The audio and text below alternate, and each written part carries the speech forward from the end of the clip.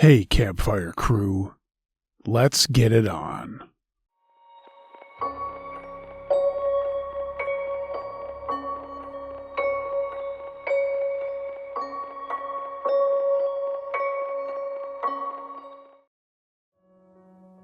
Something Wrong in the Hallway by Ms. Fancy Pants. When I was a kid, maybe 6 or 7, the house we lived in had a long hallway, 2 bedrooms on one side, kitchen and bathroom on the other side, and another bedroom at the end.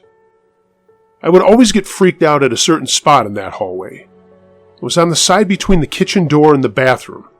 It seemed no matter how warm the house was, there was always a 3-foot spot in that hall that was cold as hell. If it was nighttime, I would run, like panic run, through that spot. My room would creep me out too. I had violent nightmares and was a total insomniac. It got so bad that I would rather piss the bed than get up in the middle of the night and go through the scary spot to go to the bathroom. Finally, my parents decided to let me switch rooms with my brother, and all of a sudden I was sleeping like a baby. No nightmares, no insomnia, no problems. The hallway still scared me, but I didn't have to go through it anymore to get to the bathroom. When we moved out of the house in 1988, my mother finally told me some interesting information about our old house that they had always kept from me. Apparently, it was owned by a Satanist couple prior to my parents buying it in the 70s. They had the place decked out in Satan's finest decor, and apparently my old room was the altar room. When my parents bought the place, the walls and windows were painted black. Anyway, one day Mr. Satanist decided to sacrifice Mrs. Satanist in the altar room. After tying her to an altar, he stabbed her several times, but she managed to break free and attempted to escape, but met her demise in the hallway via a shotgun, in the exact spot of the hallway that used to freak me out. Cherry on top, Mr. Satanist, after painting some of Mrs. Satanist's blood on the walls of the altar room, decided to use said shotgun on his own head where he died. Mom made all the neighbors promise not to tell any of us kids when we moved in, obviously not wanting to scare us needlessly. Mom and Dad knew about the prior tragedy when they bought the place, but the price was so great they couldn't pass it up. She still feels guilty to this day that it affected me the way that it did.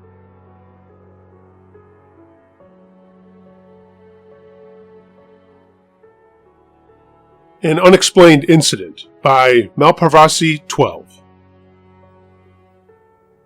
I am from India.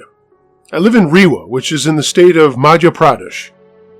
The experience which I am sharing is not a very scary one, but it is definitely very strange. I'm still not able to explain the reasons behind my experience. Any explanations are welcome. My city is not a big one, so after graduation, I went to Allahabad to prepare for civil service examinations. I used to live next to Azad Park. Anyone from this town would be familiar with the place as it is a popular hangout spot for people. It's a large park enclosed by a boundary wall on all sides. Along the aforementioned boundary, there are streetlight poles. My experience concerns one such streetlight. It may sound funny to you, but it is what it is. It was during the month of December, and the whole of North India was in the grips of severe cold weather. From the window of my room, I could see the park, and it was a pastime for me to watch the morning joggers and other people coming and going. My coaching institute was in Civil Lines area, and I used to walk back and forth from my coaching. My classes usually ended around 8 in the evening, and this being December, weather was normally foggy. I used to take a shortcut through the park to reach my room, and it took about 20 or 30 minutes for me to get there. One day, due to some reason or another, my class got delayed by about a half an hour, and by the time I reached the park, very few people were there. It was a cold, foggy night, and I was walking along the boundary wall of the park, when I suddenly realized something. The last streetlight that I had passed flickered and turned off.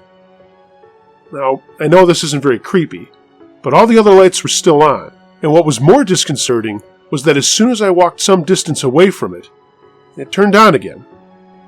I thought, that was strange. But I brushed it off as just a coincidence and walked away. I forgot about the incident, and the next day I was returning home from coaching when I passed under that same streetlight, and it started flickering again. I stopped dead in my tracks and slowly traced my steps back away from the light. Almost immediately, it stopped flickering and went back to normal. Happening once, I would have said it was a coincidence, but 2 times in a row? No way. Now I was feeling a bit nervous. Not scared, just nervous. I hurriedly walked to my room and thought about what to do next. The next day I went to my coaching and told my story to a friend. He didn't believe me and wanted to see it for himself, so I told him to come along with me, and we went together. When I crossed under the streetlight, it immediately switched off. Then I told my friend to pass under the light, but nothing happened.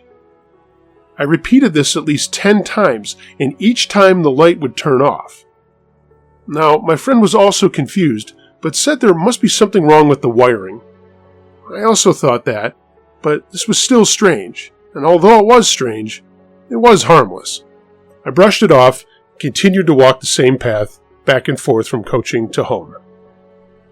In fact, it now seemed funny to me, and I took my other friends to show them my special trick.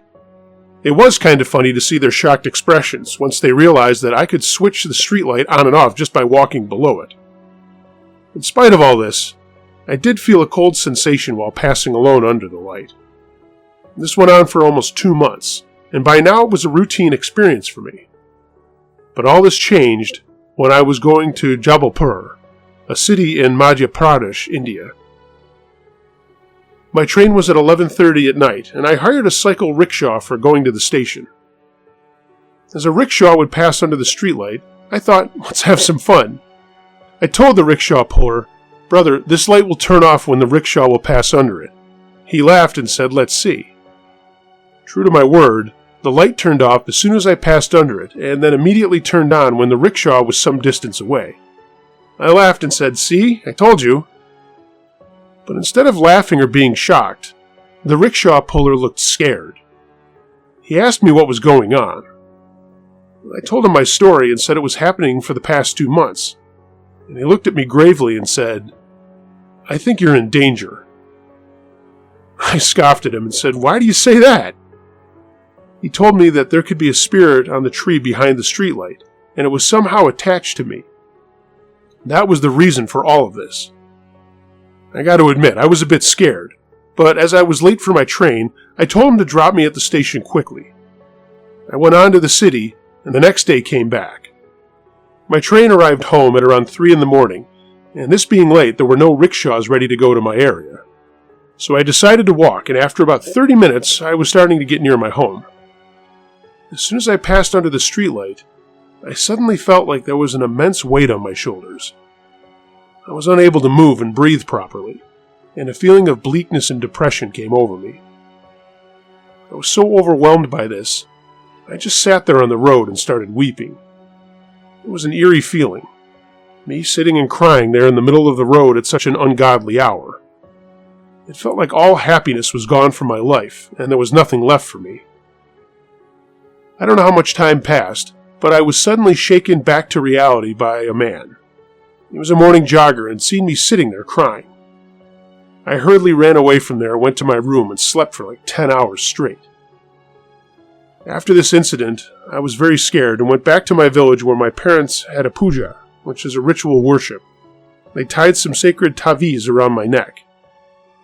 After this incident, when I went back to the city, I changed my room, and after 3 months, I left it. But to this day, I still feel goosebumps on my skin when I think about that streetlight.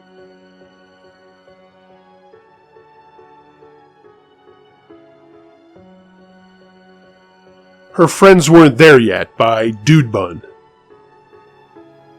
In university, my dorm room was in a 19th century mansion converted into a university residence.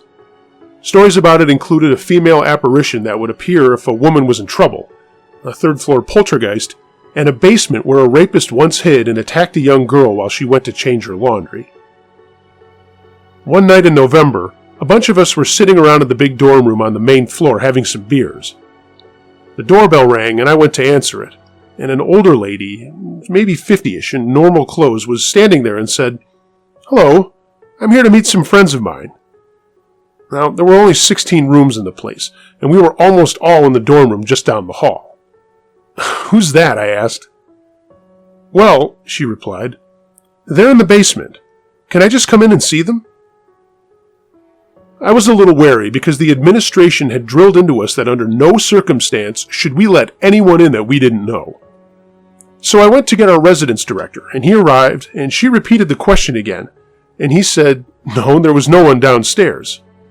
Finally, she admitted that, well, I'm not sure if they are in the basement yet, because, you see, they're tunneling up from the bottom of the hill. The RD and I looked at each other like she was crazy, and with a chuckle he said, "All right, come on in, we'll go check the basement for your friends." So, the three of us went downstairs. She poked around for a bit, then asked if we had a key to the locked storage room. The RD opened it, and she walked in, wandered around, and started moving things that were blocking her view of the walls. We were pretty amused by this crazy lady, until she started pushing some big furniture that hadn't been moved in years, and was covered in dirt and dust from boxes of old books. The RD had had enough and finally said, "Yeah, that's enough." But she ignored us, and kept on moving crap out of the way, until she shoved aside some old sheets of wood or something on the floor. There, in front of us, dug into the wall, was a crawlspace-sized tunnel that went through the foundation and about 6 feet into the dirt and stopped.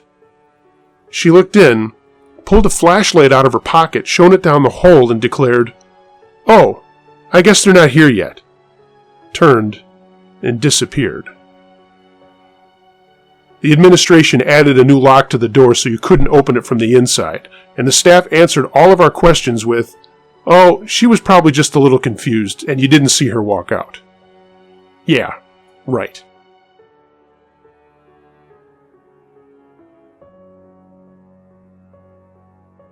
Obake by Leslie Downer.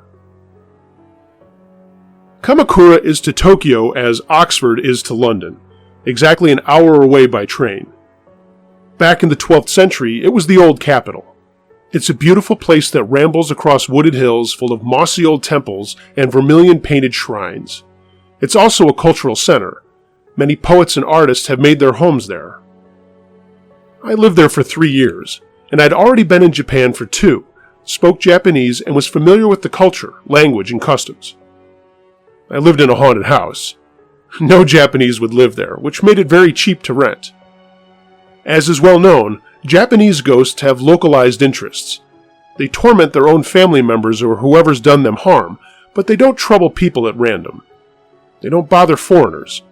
In any case, foreigners are so radically different that even the most ferocious of Japanese ghosts would probably be in a little awe of one. My Western friends and I had no fear of Japanese ghosts, and lived happily in this large, rambling, rather shabby house. It was actually a beautiful old house. There was a tea ceremony hut and a pond with carp in it and a very overgrown garden. I never found out who the landlord was or why he kept the house, and many old houses were being torn down and replaced by apartment blocks, which could be rented out for far more. But for some reason, this house remained, and the ghosts kept well away. Or so we thought. Everything was fine until the 3rd summer. That year, by chance, everyone went away at the same time, leaving me alone in the house. I had Japanese friends over to stay. "Lucky you," I said. "You can each have a room." "No thanks," they replied. "That would be too frightening." I'd almost forgotten that the house was supposed to be haunted, added to which Japanese almost never sleep alone. In fact, they all slept together in one room with their mattresses side by side down the middle of the room, not off to one side as we would put them. Then they all left. The night after was my first night on my own in the house. I was lying in my futon bedding on the straw mats of my room when I heard a distinct banging. It came from the other end of the house, from the far end of a long, dark corridor. I listened hard. It sounded like boxes being thrown around. And there was no one else in the house. I was definitely all alone. It couldn't be a human being making all that noise. I guessed it must be an obake, an umbrella ghost, but I certainly wasn't going to go and investigate. I pulled the covers over my head, screwed my eyes tight shut, and hoped for the best. Thereafter, I stayed well clear of the end of the corridor.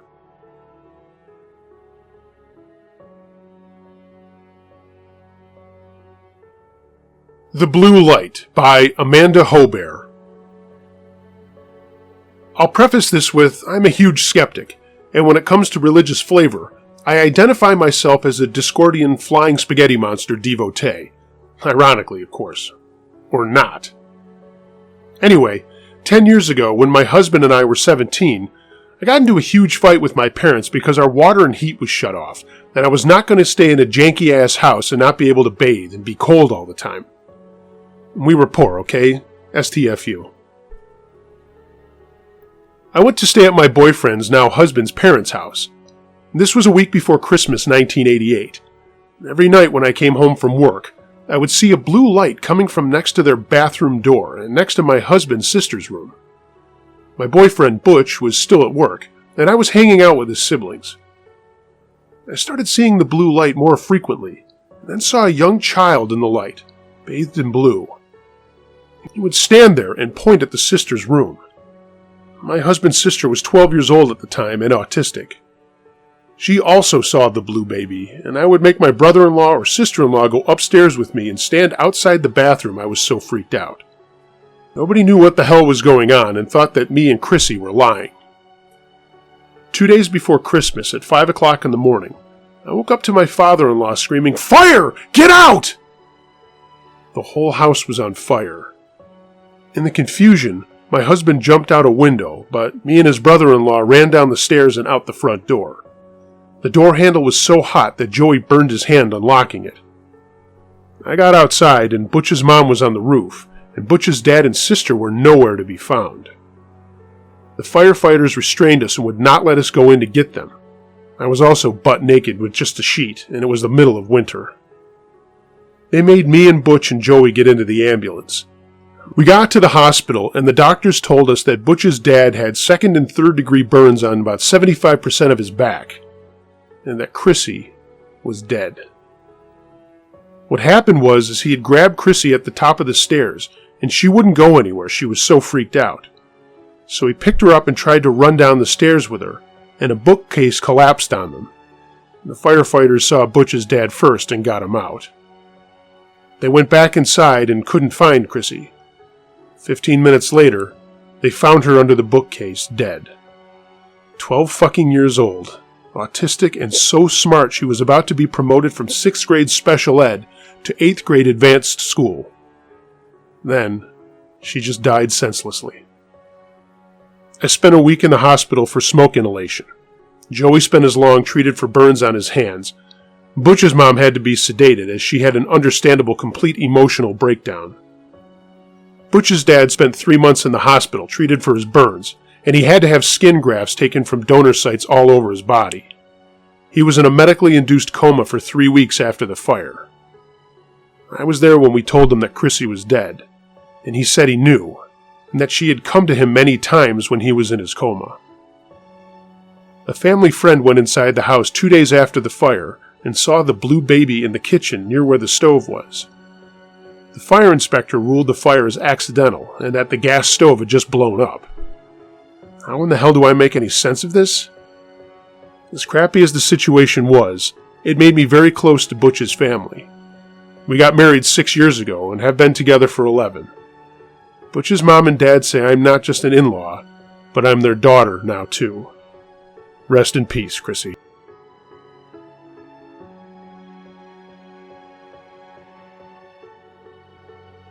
My Haunted House, submitted by Eric. This is long. My family moved into a house near Fryman Canyon Park in Los Angeles. I don't want to say where exactly if you can understand that. I'm 19 now, but this happened from the time we moved in when I was around 12, till now.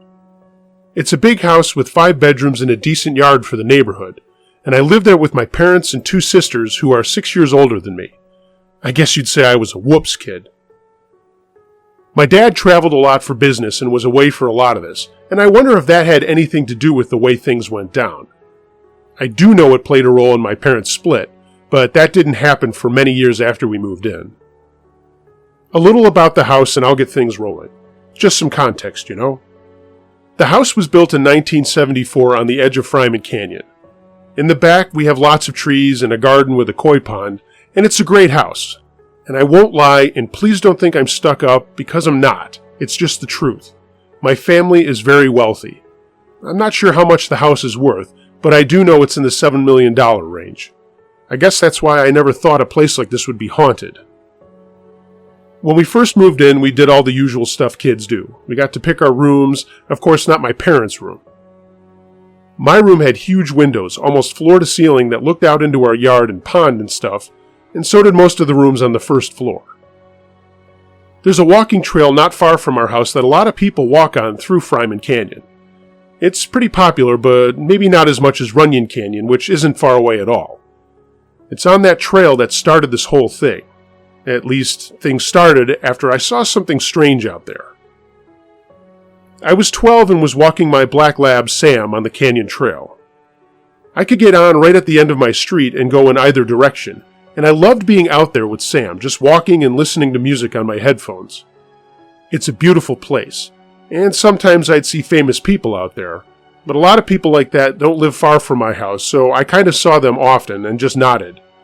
Sidebar, they don't like people coming up to them when they're just trying to take a walk, so don't do it. So, it was early morning on a Saturday in March when Sam and I were walking, and he noticed a figure standing on the trail ahead of us. It was odd because he stopped walking and then started growling, and that made me look up. It was a man that looked sort of see-through, but not really. I mean, I could see him, but it was like he wasn't filled in, if that makes any sense. And maybe I'm just remembering it that way, and he really wasn't see-through. It has been a long time. Either way, he was there. I took another step, but Sam didn't budge and began barking, so I stopped, and the man raised his hand like he was waving, but he wasn't looking at me, so I thought maybe he was with some other people. I didn't want to be a pest, so I pulled Sam around and started walking back to my house. When we got to my street, we walked up a bit, and for some reason I got a chill down my spine and turned around. The man was at the trailhead of my street, but again not looking at me. His back was to us. I stood there for a minute and then turned and ran home. There's no way he could have run that fast to catch up to us, as he was a ways away when we first saw him. I can't really say what he looked like because I never got that close. Just a middle-aged guy in dark pants and a white shirt with short dark hair. As I said, I turned and started jogging with Sam until we got to my house and then went inside. My mom was in the kitchen drinking coffee and she said, "You look like you just saw a ghost." I laughed and said there was a strange guy on the trail, and that set her off. She called the police and they came right out and wanted to know what he looked like and all that stuff. They even went to the end of my street, but there was no one there. I told my mom it wasn't a big deal, but in this neighborhood, if someone farts loud enough and no one knows who did it, the cops are there in a heartbeat. So I put it out of my mind, but that night something strange happened. Our doors to the backyard patio and pool opened on their own. How do I know? No one was home. We had gone out to dinner and came home to have them open. Mom was a little sketched out about it, but my sisters couldn't remember if they had left them open or not. I, being a dumb kid, pointed out that if they were open when we left, the security system would have alarmed us, and my mom went off again. Me and my big mouth, right? So out came the police again, but there was no one in the house or around, and nothing was taken. It was written off as a security glitch. Around 10 o'clock, I was watching a show on TV and got up for a drink and had to walk by the doors. They were open again, and my sisters were in their rooms, and my mom was in the music room. I went over and shut them after looking around outside and then got a Coke. On my way back to the living room, I stopped and almost peed my pants. The doors were open again. This time, Sam had gotten up and come over to see what I was doing, and maybe thinking it was time for a biscuit. But he stood there growling and then started barking again. Mom came out and saw me standing at the door, and before I could tell her what was up, she just closed the door and got on the phone with one of her friends. I took Sam back to watch TV, And later that night when everyone was in bed, I went back down to the doors and pulled some heavy chairs in front of them just to be careful. They didn't open that night. Maybe 2 or 3 nights later, the next thing happened. I was getting ready for bed and finishing up some homework for school. I had to take Sam out one last time before going to sleep, and when we got back to my room, he always slept with me in my bed or right next to it, everyone else was already in bed. My dad was still on a business trip in Europe, and Mom talked to him earlier in the day and told him about the doors. He said it was probably faulty locks, and he would look at new ones when he got home. I should make it clear that there are 2 staircases to get to the 2nd floor of my house. One way is a suspended spiral staircase in the living room, and the other is a regular staircase at the far end of the house where my sisters and my bedrooms were. I had just turned out the light around 11:30 and was listening to some music to fall asleep when I heard it. Footsteps. But not just footsteps pounding, running footsteps. They came smashing up the back staircase near my room, blasted down the hall, and then smashed down the spiral staircase. Everyone heard it, and all of our doors opened up as we looked around to see what happened. There was no one and nothing out there. It was creepy as hell. Mom had a terrified look on her face, and Sam was standing next to me growling again. We all were asking each other what we had heard and what was going on. No one had an explanation, and Mom called the police again. 2 officers came out and looked around, but there was no one there, and we actually had to turn the security system off to let them in. One of them made a comment that he thought maybe all of this was a prank made by someone in the house and gave me a direct look. Yeah, I'm sure it was me, cop. As if to justify it wasn't me, while all 6 of us were standing in the living room, the sound of the pounding footsteps came rocketing down the spiral staircase and then tore through the living room and down the hall. There was no denying it now. Sam was barking, and the staircase was shaking with the force of whatever it was that came flying down those steps. The cop changed tack and said we should have our air ducts looked at, and then the 2 of them left shaking their heads. Mom said she was going to stay up to protect us, and we all ended up crashing in the living room that night. The footsteps didn't come back. I woke up and got ready for school, as my sisters did too. Mom had to take Sam to the vet and get groomed, so no one would be in the house alone, and that made me feel good. Later, Mom called Dad and told him what had happened, and he said he was cutting his trip short and that he'd be home in another day. That made all of us feel a lot better. After this, we stopped calling the police. They really couldn't do anything. That night was quiet, and even when Dad got home, things stayed quiet. I think at first he thought we were telling him stories, but his attitude changed pretty fast. The night that he did get home, 2 days later, the footsteps came back and this time raced up and down the stairs and hallway twice. Even when we all came out of our rooms, they smashed right by us. We could feel the force on the floor as they went by. Dad stood wide-eyed and said nothing. Things stopped and we all went back to bed, even though we were all pretty scared. Sam jumped into bed with me, and I turned on my music to try to drown out anything else that might happen. Things were quiet for a couple of days, but one day when we were all gone except for my mom and Sam, things started up in the middle of the day. When I got home from school, Mom was a mess and was sitting with Sam outside saying she wasn't going back in until we got home. Apparently, when she was getting ready to go to lunch with some friends, her bathroom suite door shut and wouldn't open. She thought at first it was just stuck, but no matter how she hit it or pushed on it, it wouldn't budge. After a while, she got pissed off and crawled out of the window after pushing the screen out, and got onto the outside porch outside of her room, and then got into her bedroom that way. When she stopped to catch her breath, she looked over and watched as the suite door opened and swung inward on its own. She screamed, grabbed her purse, and yelled for Sam to come with her. She put him in the yard and left to see her friends, crying the whole time. Dad thought maybe she was mistaken about the door being stuck, and that was when their fighting really started. I tried to lock myself in, but the door always opened no matter what, and then Mom started yelling at me. I just got out of there. The footsteps stopped for a while, but other little things started happening. In the middle of the night, something would play notes on our piano loud enough to be heard upstairs, and even through closed doors. Personal items would disappear and show up in weird places. My sisters were getting ready to go to college, and things they were packing would go missing and then be found outside or in the trunk of my dad's car or my mom's. They were looking forward to getting away from all of this. My mom was jamming on the booze at night to just go to sleep, and Dad was trying to maintain his business without being away too much, which always led to them fighting. Things died down when my sisters did go to college. A couple of years later, they were home for the holidays, and nothing had happened in the interim. I was now a junior in high school and active in a lot of sports and activities with a girlfriend, so I was out of the house a lot. I had some friends over on a weekend, and we watched a scary movie, and then I told them all about the weird stuff that happened in the house. My one friend was really into ghosts and asked me a lot of questions while we were hanging out in the backyard having a campfire. It was that conversation that I pinpointed the strange stuff happening right at the time I saw that strange man on the trail, who I never saw again. My other friend went inside to get some beer.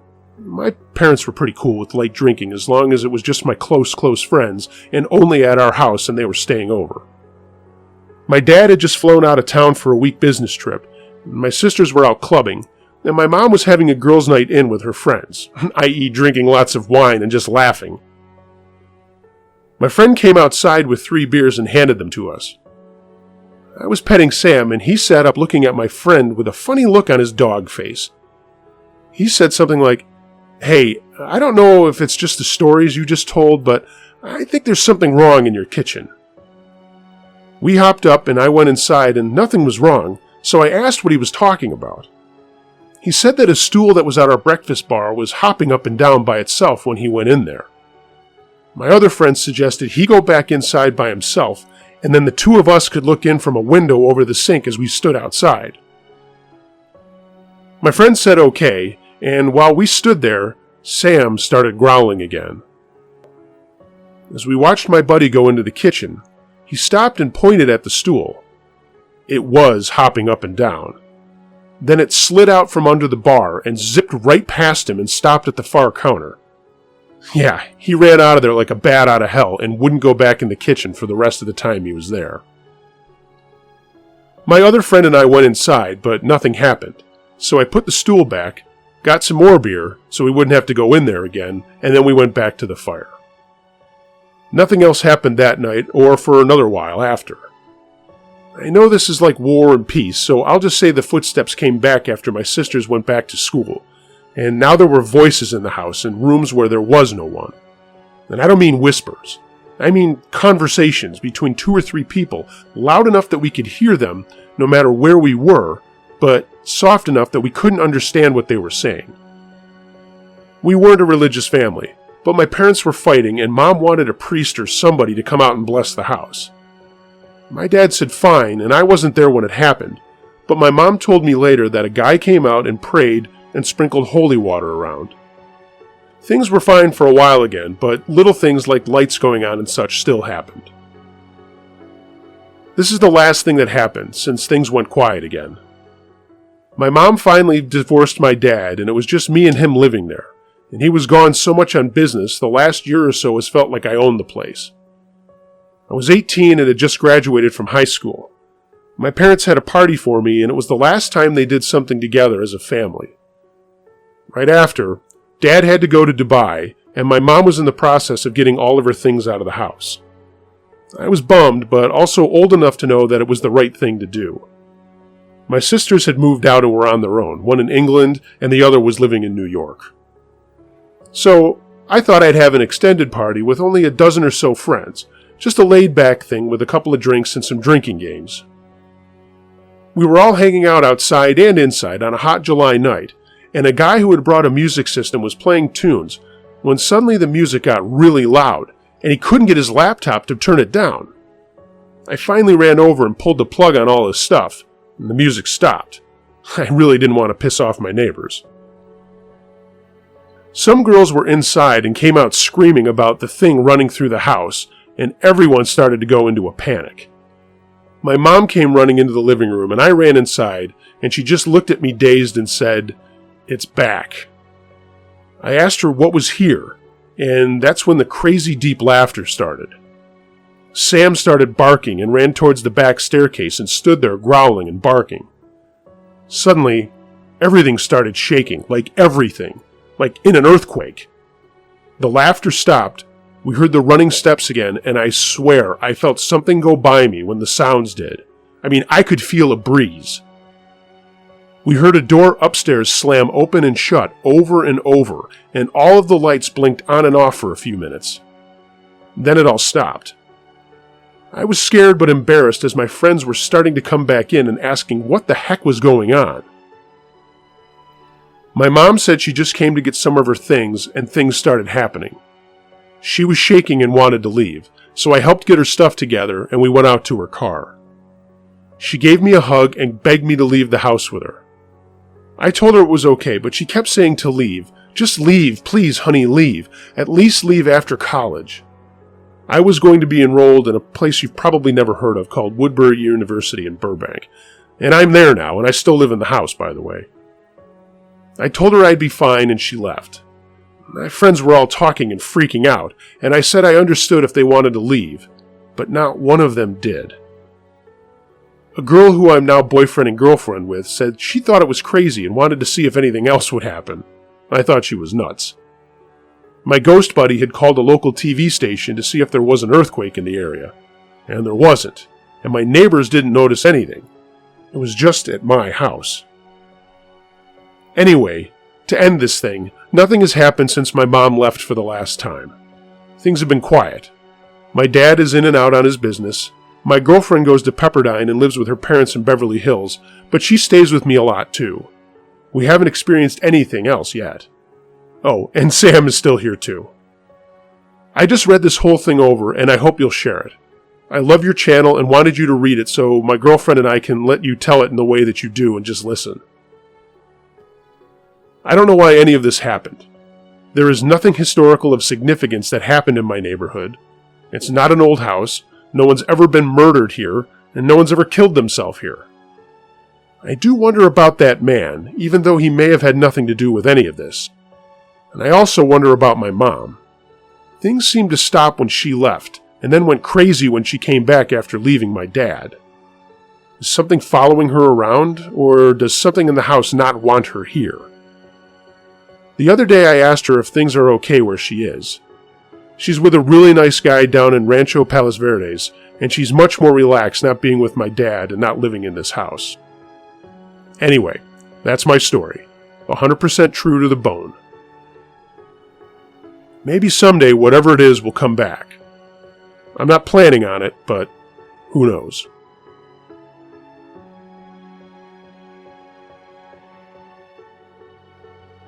The Night Watchment by Alahop. It was Halloween night back in the early 80s, and I was a young teenager then.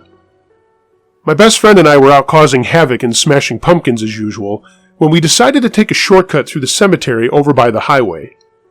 It was a modern Indiana cemetery, with half the cemetery being the flat metal variety of headstones, and the older side with your more traditional headstones and crypts. You could see across it fairly well because the cornfield behind it had already been harvested. There was a fairly bright moon that evening and traffic on the highway was light. So, there we were, crossing into the older part of the cemetery, when we saw a man several yards off to our left behind a large headstone. Just a dark image.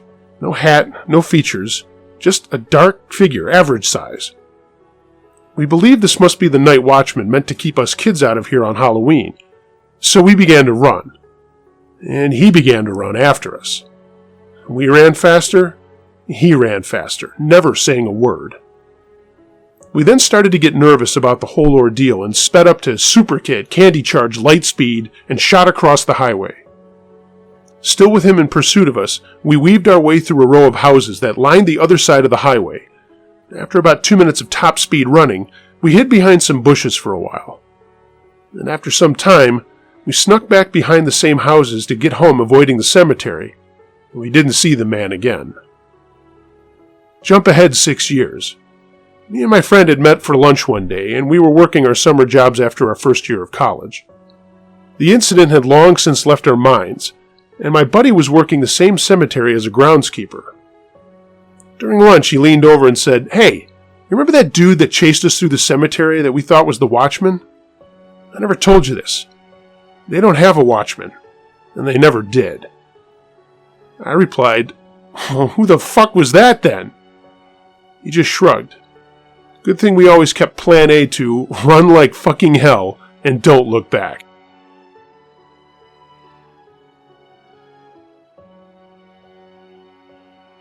Through the Window by Andrew. I live in Scotland, near the border with England. For the last few years, I've been living with my girlfriend in a home that is owned by my family. It's been in my family for at least 3 or 4 generations, and I took it on about 2 years ago. It's an old bungalow from the early 1800s and was once 2 homes made into one, although this happened a very long time ago. The 2 bungalows were joined into one, and a large extension was added maybe 25 years ago. From the entrance, which is the main front door, when you enter, the property to the right is the original door with the original stonework exposed, which has a date stone on the top. I've never looked at it. When you enter the property, it has a really positive vibe. I mean, really positive and happy. The hallway, main bathroom, second living room, and sunroom all reflect this feeling. Now, going back to that dated doorway, when you pass through that threshold, things become totally different. It's not unpleasant as such, just a bit thicker, more oppressive, if that makes sense. Recently, I felt this worsening, and I would have expected it to be better as we were having an unusually amazing summer. It was full of light, warmth, and I also decorated recently with nice light colors. Plus, all of our furniture is light and natural. It's also worth mentioning that it's open plan, so it's nice and open, but not so much that you would get lost in the place. If you took it out and plonked it down in another property, you'd be comfortable with the environment. But here's the thing. I'm not comfortable anymore. Till recently, I felt I could go around at night with all the lights off, leave all the doors open so you can see through, and sit with my back to the doors, you name it. All of this has changed. Oddly enough, my partner won't speak about spiritual things with me as it makes her uncomfortable. So my girlfriend has no idea what I'm thinking, and I would never let on so as not to scare her. So when she brought it up the other day, she had no idea what I was thinking. The fact that we are both thinking the same thing would be impossible for her to know. And also, the fact that we were having the same experiences in this area made me think I needed to do something about it. When I'm in the house with her, I act normal. When we hear something, see something, or experience something, I explain it away, putting her at ease, even though we're both thinking or knowing otherwise. I've lived in many places where life has been going on for a long time, and you come to accept that some echo from the past is probably going to use the bathroom every once in a while. It's when it gets unpleasant that it's no longer acceptable. So we both are having these feelings of discomfort and shared experiences of activity, unexplainable noises not related to the age of the house, and seeing shadows and figures. One time, she started the conversation with, "You're going to think I'm daft, as you seem absolutely fine and haven't ever mentioned anything, but there's something not right with the old side of the house. I think it's just me, but..." She trailed off. With all of that in mind, I felt the evidence was there to act on it, because I told her I was experiencing the same things, hearing the voices, hearing the sounds, seeing the shadows and figures. Normally, I would just leave things as is. I mentioned that life has been going on in this house for a long, long time, and it's never bothered me. Why do I have a right to mess with that? But in this instance, enough was enough. I decided to cleanse and protect the house, myself and my partner. I pulled out incense, sandalwood, essential oils, candles, sage, crystals. I'm heavily interested in crystal work and their positive uses, by the way. I also had sea salt, my talismans of protection, and a few other bits and bobs. I mean, I was going to town as I was not going to be bothered with the above when it just affects me. I had many experiences, but when it involves the person I love the most on this floating blue dot in space, well, I'm not cool with that. I was ready to cleanse our home, and I'm not a religious person, but I am spiritual, and I do believe in a higher power. I also believe in the power of positivity, good energies, and light. I told my partner what I was going to do and explained that hopefully it will make her feel better too, and that she could be involved if she wanted to. To my surprise, she did want to be involved. She was fed up with the goings-ons that were waking her up and disturbing her sleep. Nothing gets in the way of her and her beauty sleep. With my wingman with me, I got to work. I explained what I was doing as we went along, and she lit the incense around the house, opened all the cupboards, etc., and got the smoke into all the still normally dark places. We symbolically swept around the house and carried out everything else until we had finished. Now this is the strangest part. The part I don't understand, and hopefully someone can shed some light on this for me. After everything was all said and done, throughout the day and night, we kept seeing these little white darts flying out of the windows. At first I thought it was an extremely fast moth or something flying into my bedroom window as it moved so fast. I couldn't catch them properly. But then they started happening again, in a different room. And again, and again. I started to realize these things weren't flying out of the windows, but through them. Through the glass, so far out they disappeared. What really validated it for me was when my girlfriend came to me and said, "I've just seen this thing fly out the window and it went right through the glass. I saw it in the kitchen and in the spare bedroom. I don't know what it was. What is it?" I asked her to describe it fully to me, and sure enough, it was a complete match with what I had seen. I've never seen anything like that before. I also know it wasn't a fluke or a hallucination, as it happened in several different rooms at different times of the day, and again I had that validation from my partner.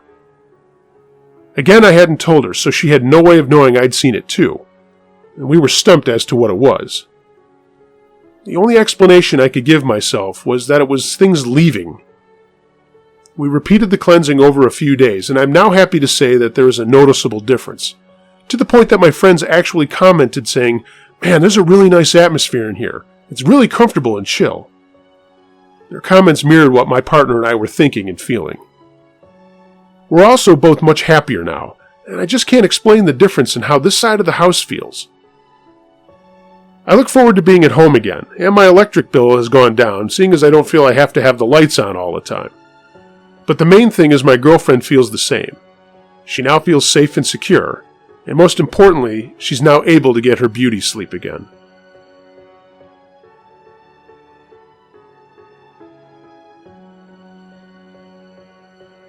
Paulie by Captain Smartass. When I was in 6th grade, my mother bought a house just around the corner from my school. She got an incredible deal on it, and the seller was in a hurry to sell it because of her recent divorce. I seem to recall something about wanting to move out of Philly. The first time Mom took my brother and me to see the place was shortly after she made her offer. It was a standard row house in South Philly, though it had a porch with a roof and a railing, which made it somewhat special.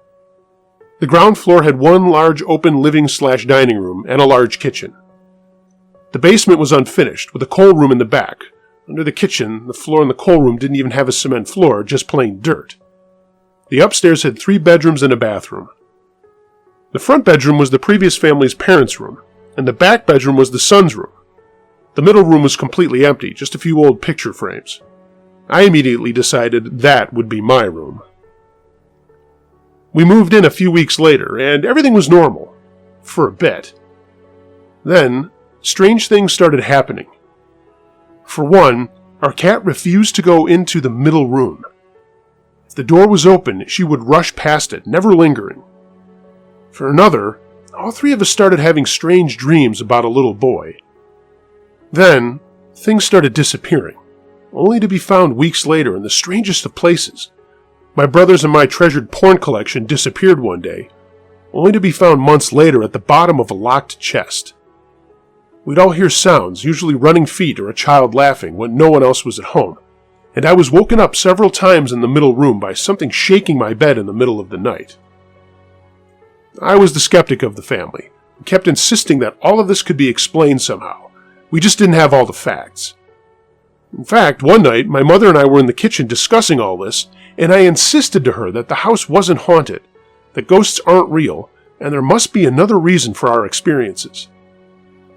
That's when the cutting board on the shelf behind me flew over my head and slammed onto the kitchen table.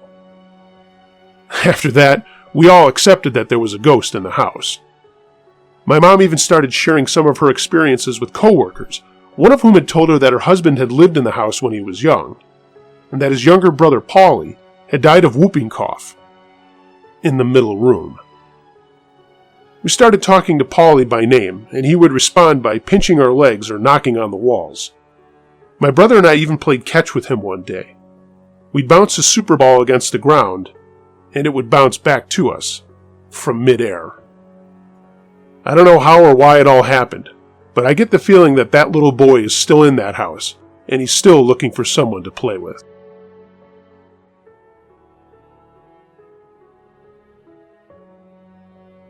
The Voices by Myuu. A few weeks after my son was born, I was just about to try to fall asleep when I heard this loud, whisper-like voice in my right ear say, "Hey! Hey!" It was definitely male, and not my wife, who was sleeping in front of me. I decided that I was going to scope out the house just to make sure it wasn't the voice of someone who was burglarizing the place. And their voices just happened to carry through the vents, or some other dumb reasoning I had at the time. The only thing that was out of place was the front door was unlocked, which I failed to deadbolt when I came home from work. Thank God there was nobody in the house. However, there was a notice sent out by my HOA about break-ins later that week. That was probably just my tired brain reminding me to lock the house, right? The second time something like this happened was last week. My son has developed this horrible habit of not fucking sleeping at night, so we just end up bringing him into our bed after a couple of hours of battling with him. The other night, I was in a deep sleep, mainly due to the exhaustion of dealing with his waking and crying every 30 minutes. Something spoke into my ear and said, "You need to check on the baby. Check the baby." I didn't know that my wife had brought him into bed yet, so I figured it was her saying it to me. As I started to move to go check on him in his room, I noticed that she was out cold and quietly snoring, and my son was in our bed, face down with his head under a pillow. I thought for certain he was suffocating, so I quickly moved him and made sure that he was breathing. He was fine, but who knows how long he would have been under there before we noticed. This time, the voice was female and had an accent. Sounded a bit like my grandmother with her German accent. This one still creeps me out a bit. By the way, she's been dead at least 10 years, but we recently inherited her old freestanding Farnsworth radio/record player. My wife has admitted to me that she sometimes sees these black, blurry things about the size of a softball go from one corner of our basement ceiling to the far corner by the stairs. She's seen them at least a half a dozen times, but didn't want to mention it to me until after I said something about catching one out of the corner of my eye while watching football. They're always traveling in the same direction, away from our back sliders, towards the stairs on the other side of the room, and only taking 3 or 4 seconds to completely go the 25 feet. Strange things indeed.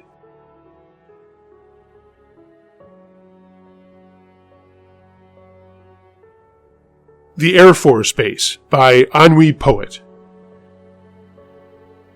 I was stationed at an Air Force base in northeast Arkansas back in the late 80s. While there was still a Cold War going on.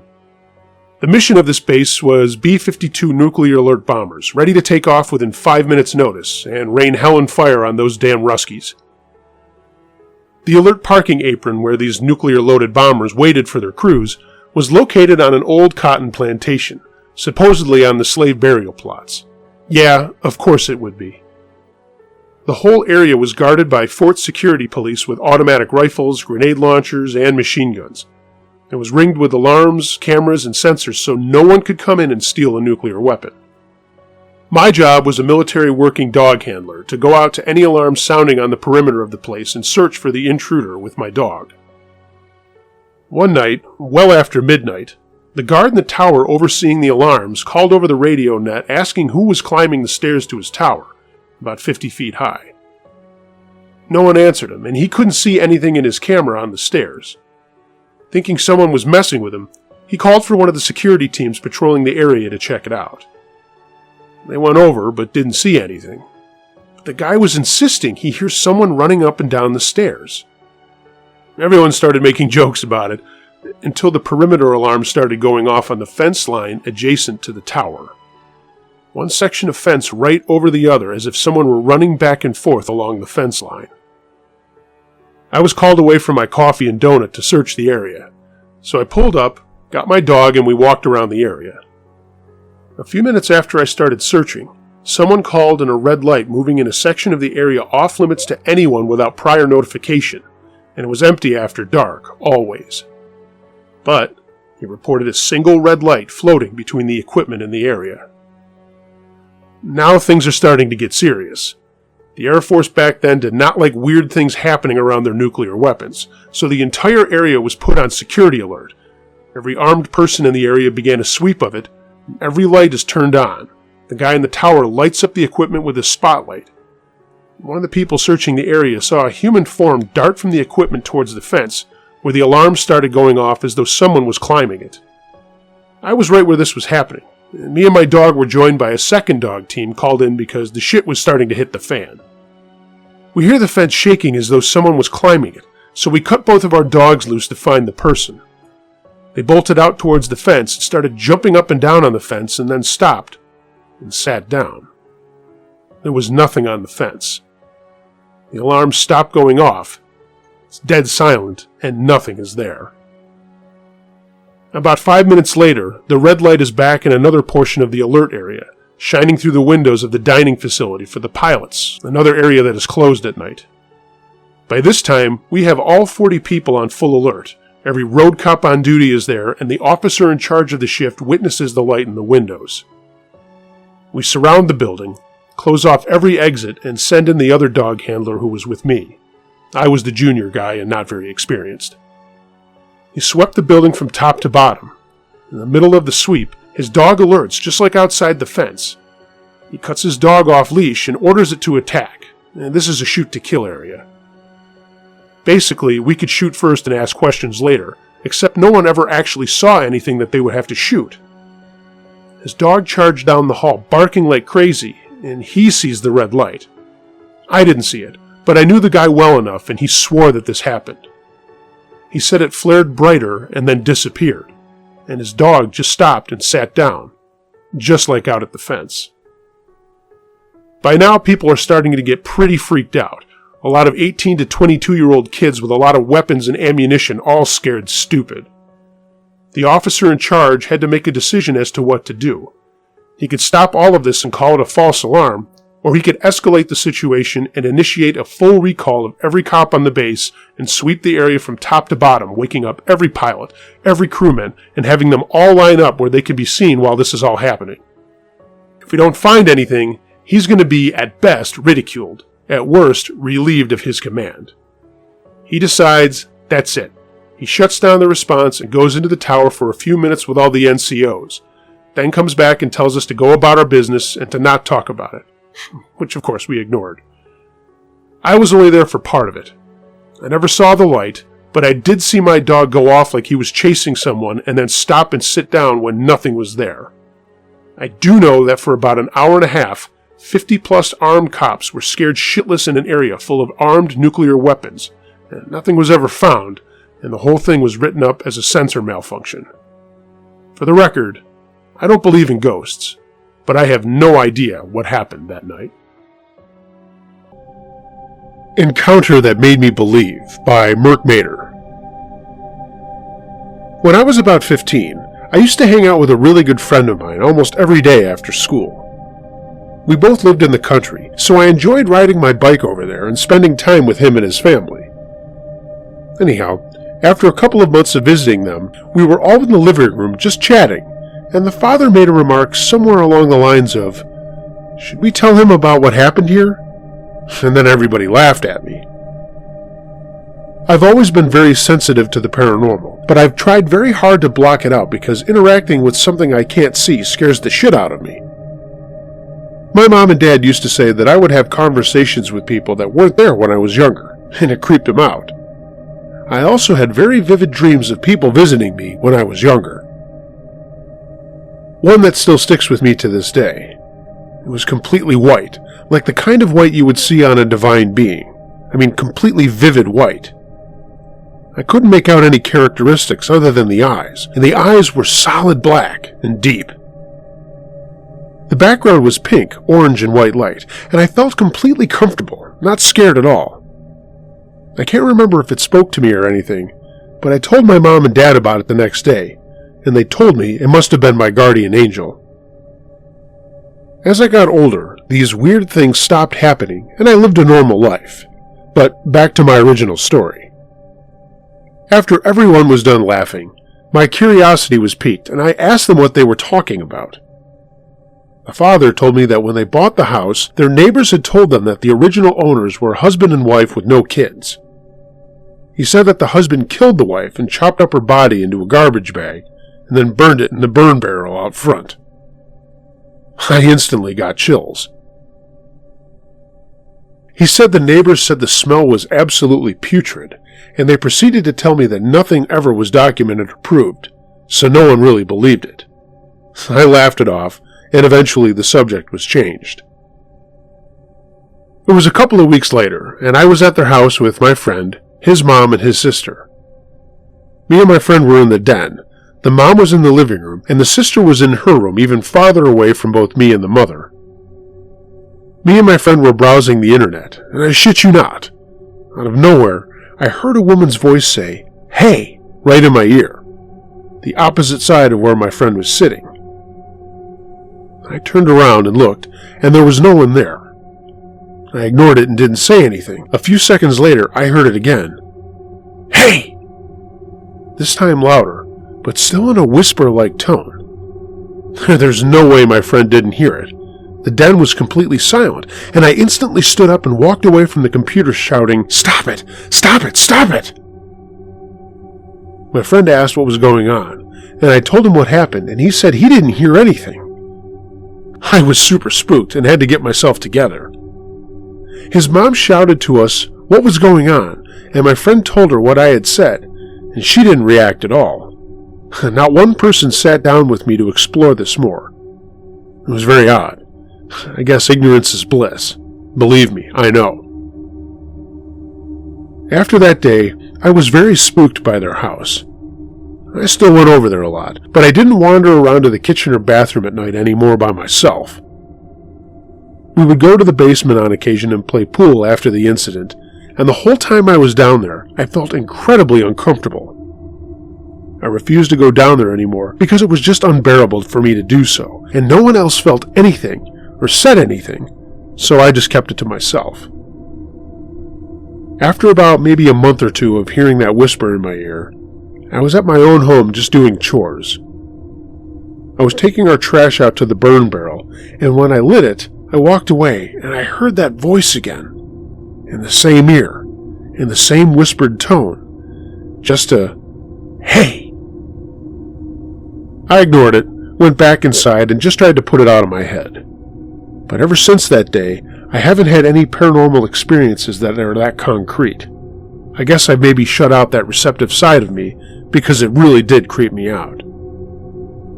I'll never forget that experience because it reminds me that ghouls or spirits are very, very real. I've just felt compelled to share my story. I would love to hear any feedback or suggestions about how I might be able to gradually open my receptive side again without attracting anything negative.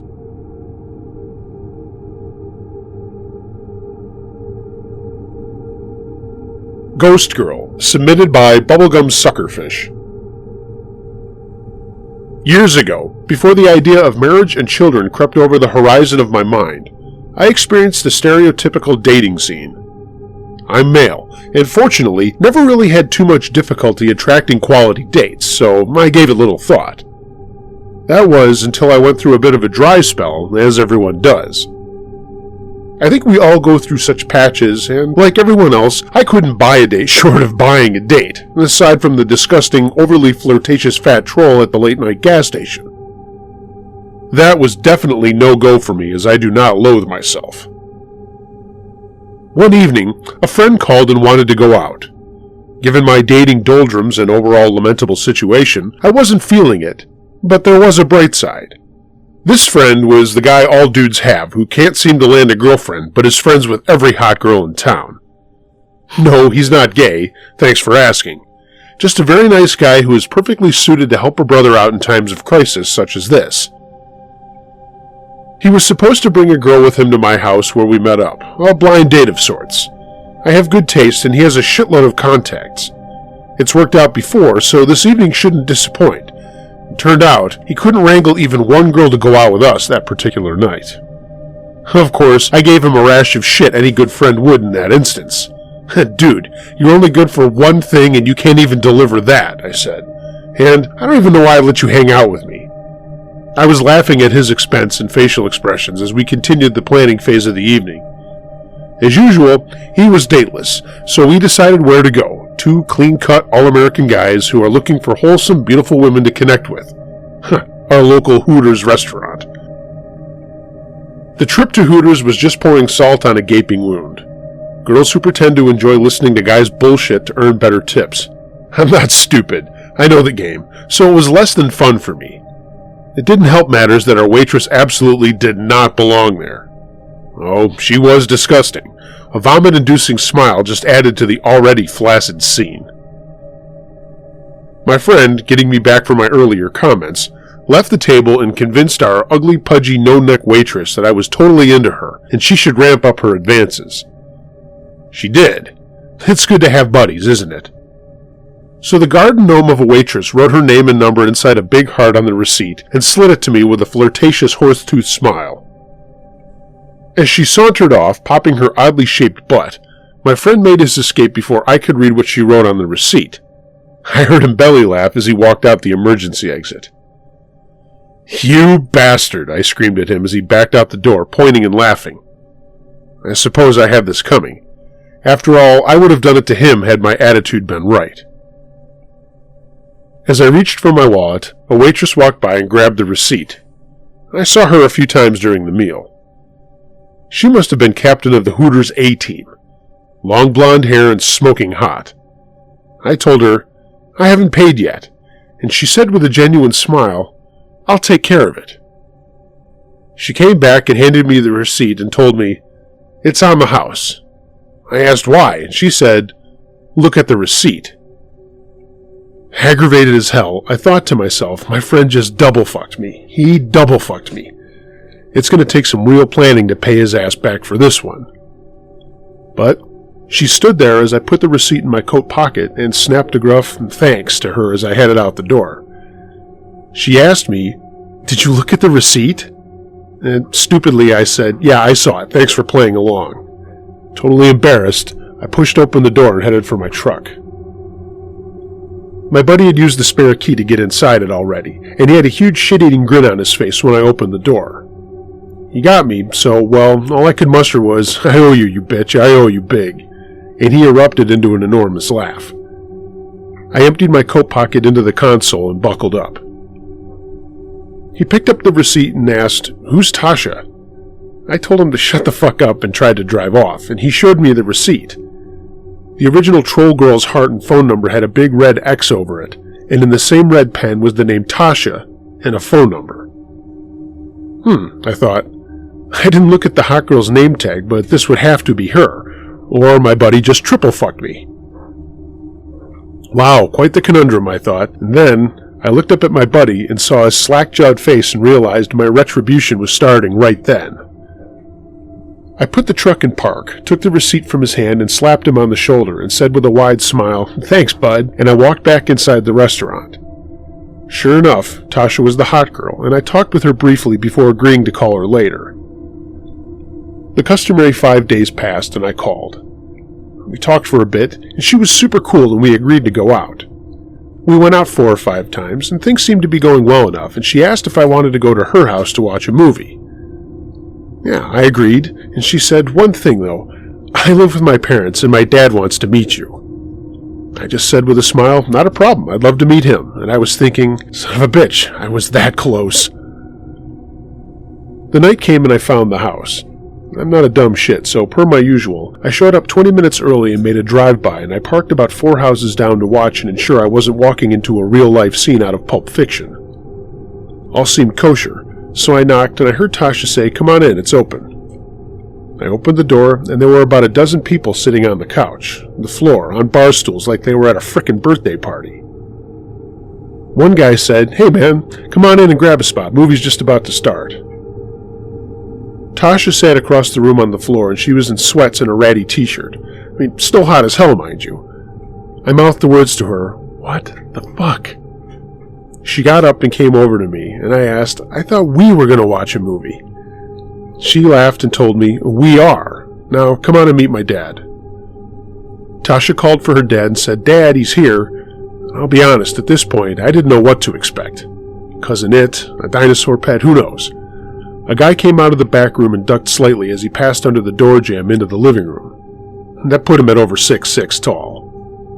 He was a good 300 pounds, gray beard and gray hair to the middle of his back, and he was clad in biker gear from head to toe. He shook my hand firmly and informed me, "If you touch her, you may not recover." I thought to myself, a little sanctimonious for someone whose daughter works at Hooters, but whatever. I agreed, and uneventfully he walked back to his lair, not to re-emerge. For the movie, I expected Tasha to sit with me, but apparently the back of the room and alone on a bar stool was my station for the evening. I was dumbfounded, but thought maybe she's just cautious because her dad's in the other room. And about 15 minutes in, though, I decided, fuck this, I'm out. Before I could disembark, something caught my eye.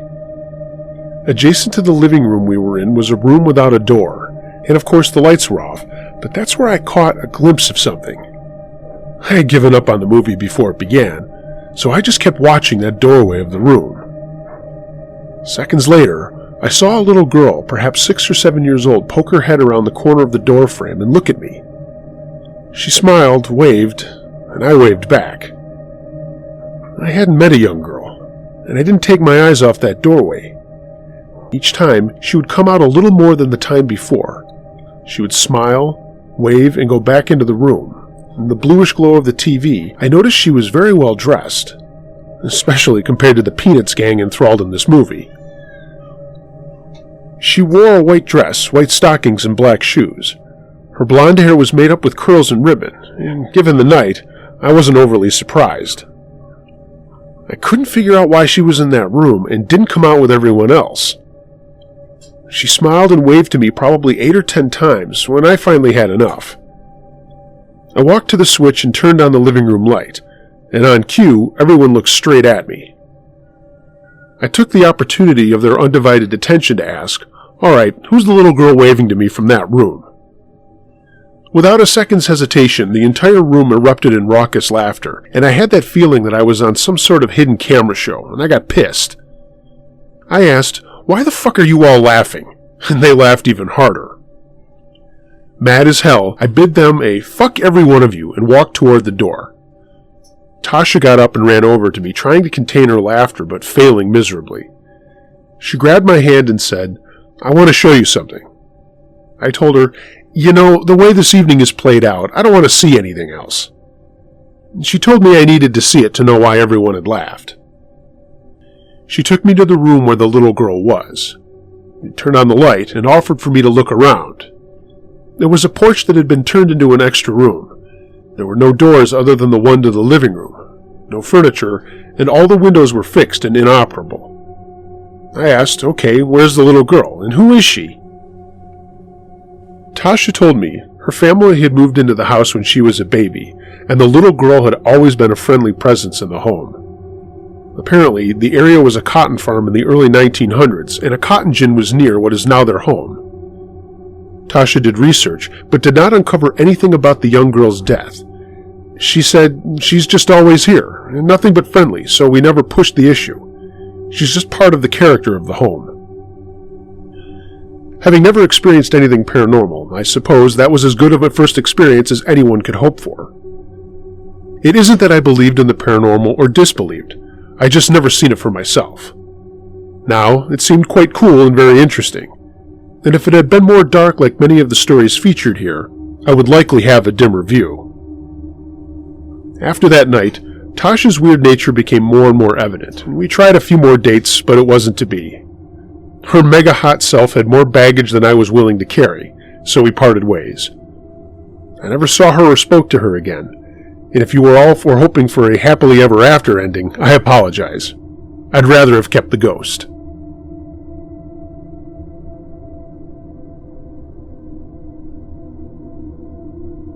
Questioning What I Know by Milo Red, 1992. For context, I'm a 26-year-old male who's extremely skeptic about everyone and everything. For me, everything has to have a scientifically proven or a logical explanation. I understand my emotions pretty well and try to read as much as possible about psychology, the subconscious, etc. Anywho, today has made me question how much I really know about the world. My girlfriend and I were having a nice chilled weekend in Nottingham, UK, meeting the rents and whatnot. Today we went to the National Justice Museum for a bit of culture, and just to have a general nose about us, we're both avid history geeks. We sat through a court reenactment, which was pretty cool, lighthearted, and everything was fine. Now, this is where things went a bit awry. First and foremost, I'd like to say I still don't think 100% that what happened was paranormal. However, I'm still trying to wrap my head around what happened. After the court reenactment, we made our way down to the justice devices like the stocks and locks, etc. Then we got to the cells. As we walked down the stairs, I noticed the temperature dropping, but that was to be expected. It's a cold cellar linked to some caves, and it was always going to be cold down there. As soon as we got to the first cell, my girlfriend stopped and I took a step in, and I immediately felt this sense of dread. But again, I literally put it down to how bleak the cell was. It's not exactly the nicest place in the world. My girlfriend, however, couldn't even step foot in it. She said it felt like a wave of blackness hit her. I'd like to take a moment to point out this isn't our first rodeo. We love grisly history, and we've been to prisons, castles, and the lot. There was nothing creepy about this room, apart from the fact that it was pitch black. Unperturbed, we thought we'd go further down and into the dungeons to see what was next. Naturally, there was this steep staircase with a low-hanging ceiling that we started to descend. So, you know how I mentioned that it was already pretty cold? Well, as I descended the first 1/3 of the staircase, my body felt like it was crossing a line, almost like when you go down steps in a swimming pool and you feel the water engulf you. Then, as I reached the last third, the same thing happened.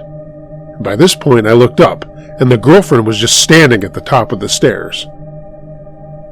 Anyway, I placed one foot at the bottom of the stairs, and every instinct I had told me to go straight back up. So I did. Everything up until this point was very explainable in my opinion. The temperature, the sense of dread my girlfriend had, the uneasy feeling, all can be explained by the bleak surroundings and the fear just stacking up on top of one another. As we turned a corner, we went from a washroom that was uneventful to this relatively large room with a single wooden bed in it. I turned around to ask the girlfriend a question as I felt uneasy. She burst into tears. She couldn't explain why or what she was feeling. She said it must have been that other room, and she just couldn't shake the dread. Now for the last thing. For reference, these incidents so far happened in a space of 15 minutes, and by this point, I wasn't even thinking about the paranormal, but more that my girlfriend wasn't having a good time. We had one last bit to go to, and it was a few cells in a different corridor. I instinctively stopped at a room that from the outside looked unremarkable. I mean, it was completely whitewashed, had a window, natural light, and had a small info plaque about immigration.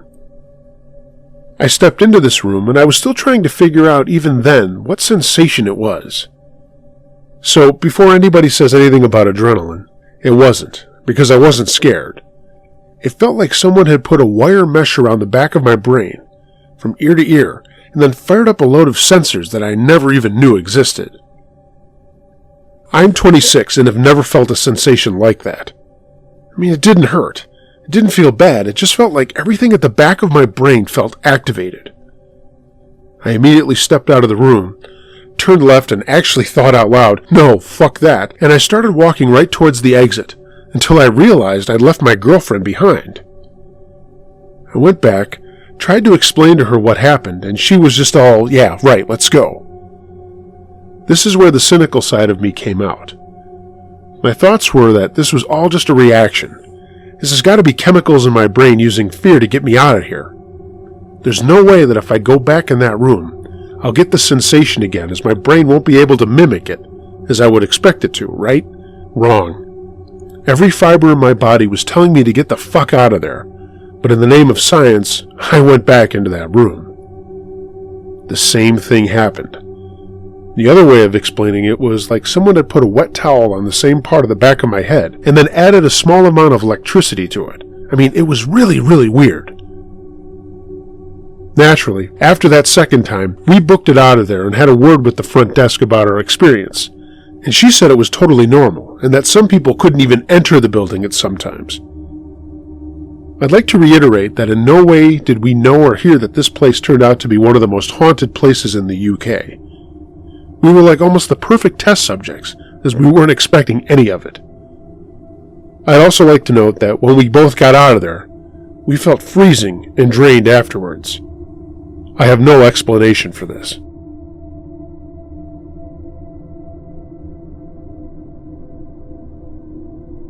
My Haunted House, submitted by Jazzy J. It started when I was 13. With a story as fantastic as this is, you'd think that what happened to my family would be a movie or a television special. All things being honest, we were approached by entertainment vultures about doing just that, and one of the groups was some people a lot of you would recognize. My dad saw through their bullshit and told them so to their face that he knew they were charlatans and all of their so-called work was lies and nonsense.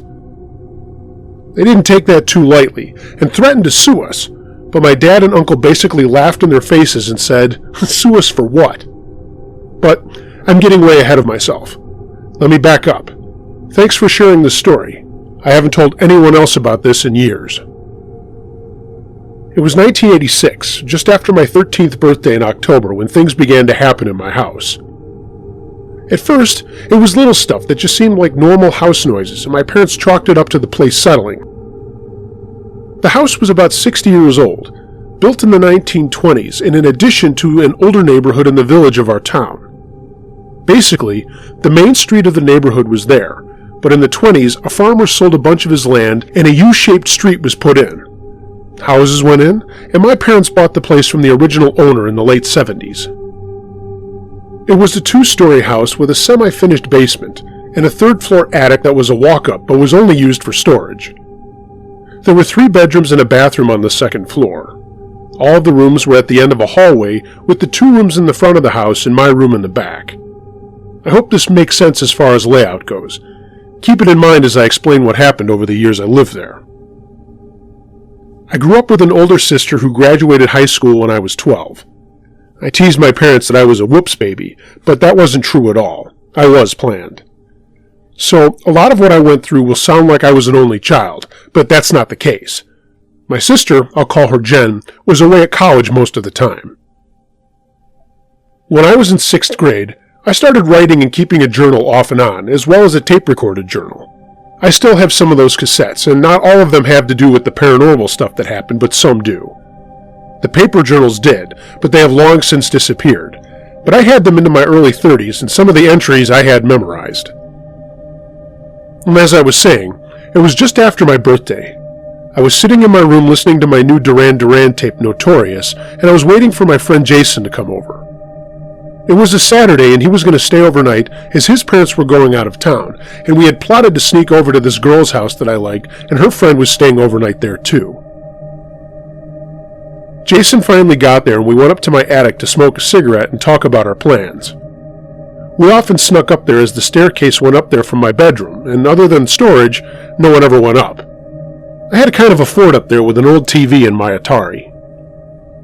After we had a smoke, we went back down to my room, and that's when we heard the footsteps up above us. I looked at Jason and he said, "Shit, was someone up there the whole time?" I said, "No way." And we listened again, and this time the footsteps came from the other side of the attic. But they were there. I jumped up and flew up the stairs with Jason right behind me. We searched the entire place, but there was no one up there. I checked the windows. Both were locked, and we had only cracked them for the smokes. The screens were still on. I shrugged, and Jason started walking towards me to go back down to my room, when this old dress form my mom had up there started shaking and rocking back and forth. It was between the two of us, and rather than freeze, Jason ran right past it as it slid across the floor from one eave to the other. We never screamed or said a word. We just ran down the stairs into my room, and I shut the door. For a few minutes, I stared at my fish tank before Jason finally said, "We really just saw that, right?" For a second, I thought maybe our minds were playing a trick on us, so I went back up there, saw the dress form lying on its side, and had the biggest shiver run down my spine. We both felt like getting out of the house, and it was pretty nice out for a fall day, so we decided to go into the village and skateboard and see if anyone else was around. Some other friends were there, and Jason blurted out the whole story to them, and almost all of them got big eyes. We all skated for a while, and it got close to supper time, so we started to take off, but my other friend Simon asked if he could see the ghost, and I told him there wasn't one, just something really freaky happened. He kept asking and had to go our way home to get to his, so finally I said fine. The three of us went to my house, went up to my room, and we all just stood there. Simon went to the attic door and opened it, and out fell the dress form right into my room. We all jumped and ran downstairs until my father yelled to slow down and knock it off. We did, and Simon just said he had to go. Nothing else happened over the weekend. We did sneak out to see the girls, and we told them, but Monday at school we found out pretty fast that Simon had told a bunch of other people that we had tried to scare him, and that we set up the dress form on purpose. I told him that was stupid, and I hadn't planned on anyone coming over to my house other than Jason, so he was full of it. Most people believed me, but for a long time he brought it up that I was just trying to scare people. That week, I went to the school library and asked the librarian for books about ghosts, and she got me what the school had and then told me to check out the information in encyclopedias. After school, I went to my public library and did the same thing. I'll totally admit, I was a total book geek and still am. I loved going to the library and was there multiple times a week. So I brought all this stuff home, and it didn't take long for my parents to ask me why I had all these books on ghosts and stuff. I lied and said it was a research project for English or something. I didn't tell them about what Jason and I heard and saw. I read a lot of things, and a lot of those stories I still remember. One of the books was called Haunted Houses, and it had a bunch of stories, one that sounded a little like what happened to me. I've looked for the book and found it on Amazon. It's by Larry Kettlecamp. It reads for a little kid, but it's still a pretty decent book. For the next couple of nights, I was up late reading the books and articles, oddly enough up in my attic fort. For some reason, I was scared, but was also curious to see if anything else happened. It didn't those nights, and it didn't for a few months at all. Right before Christmas, I was wrapping gifts for my family when I heard the footsteps above me again. Sitting and listening, the steps turned into a tapping on the door right near me. It was a light tapping, like just a finger tapping over and over. It wasn't like a greeting or a knocking, just this constant tapping. My sister was home from college and came by my room, and I asked her to come in. She asked what was up, and I said, "Just listen." She heard the tapping and looked at me with big eyes, but then frowned, and I could tell she thought I was about to pull a prank on her. I put my hand up and shook my head, and then the footsteps started walking across the attic again. I got up, pushed her lightly into the hallway, and then went into her room. Before she could say anything, I whispered to her what had happened with Jason, and that I wasn't kidding around or trying to fool her. We sat there listening to the footsteps walk around on the ceiling in her room, too. At first, she didn't buy it and asked me who was up there, but I told her over and over it wasn't me, and it was real. Everything stopped, and she asked if Mom and Dad knew about this. I said no, and we talked about telling them. I didn't want to and convinced Jen we shouldn't until something else happened, and they could hear or see it. I recalled how some people didn't believe me. Christmas Eve came, and that's when my parents found out for themselves. Christmas Eve we always went to church with my grandparents, and then everyone stayed at our house. We got to open one present before going to bed, and I remember I was so excited that my dad bought me a new book about ghosts. I should be clear at this point. My mom did not like me reading that stuff, but my dad was always humoring me. Late that night, we all went to bed. Jen was sleeping in my room. My grandparents slept in my parents' room, and my parents were in Jen's. I offered to sleep in the attic and assured my mom that it wasn't too cold. Honestly, I wanted to have a few more smokes and read some of my new book. My parents let me, and I got into my sleeping bag with a little space heater going. I was toasty and fell asleep, and I didn't know what time it was, but suddenly I was being picked up and carried down the stairs into the bright light, and when I was blinking, I saw everyone out in the hallway in their pajamas and bathrobes.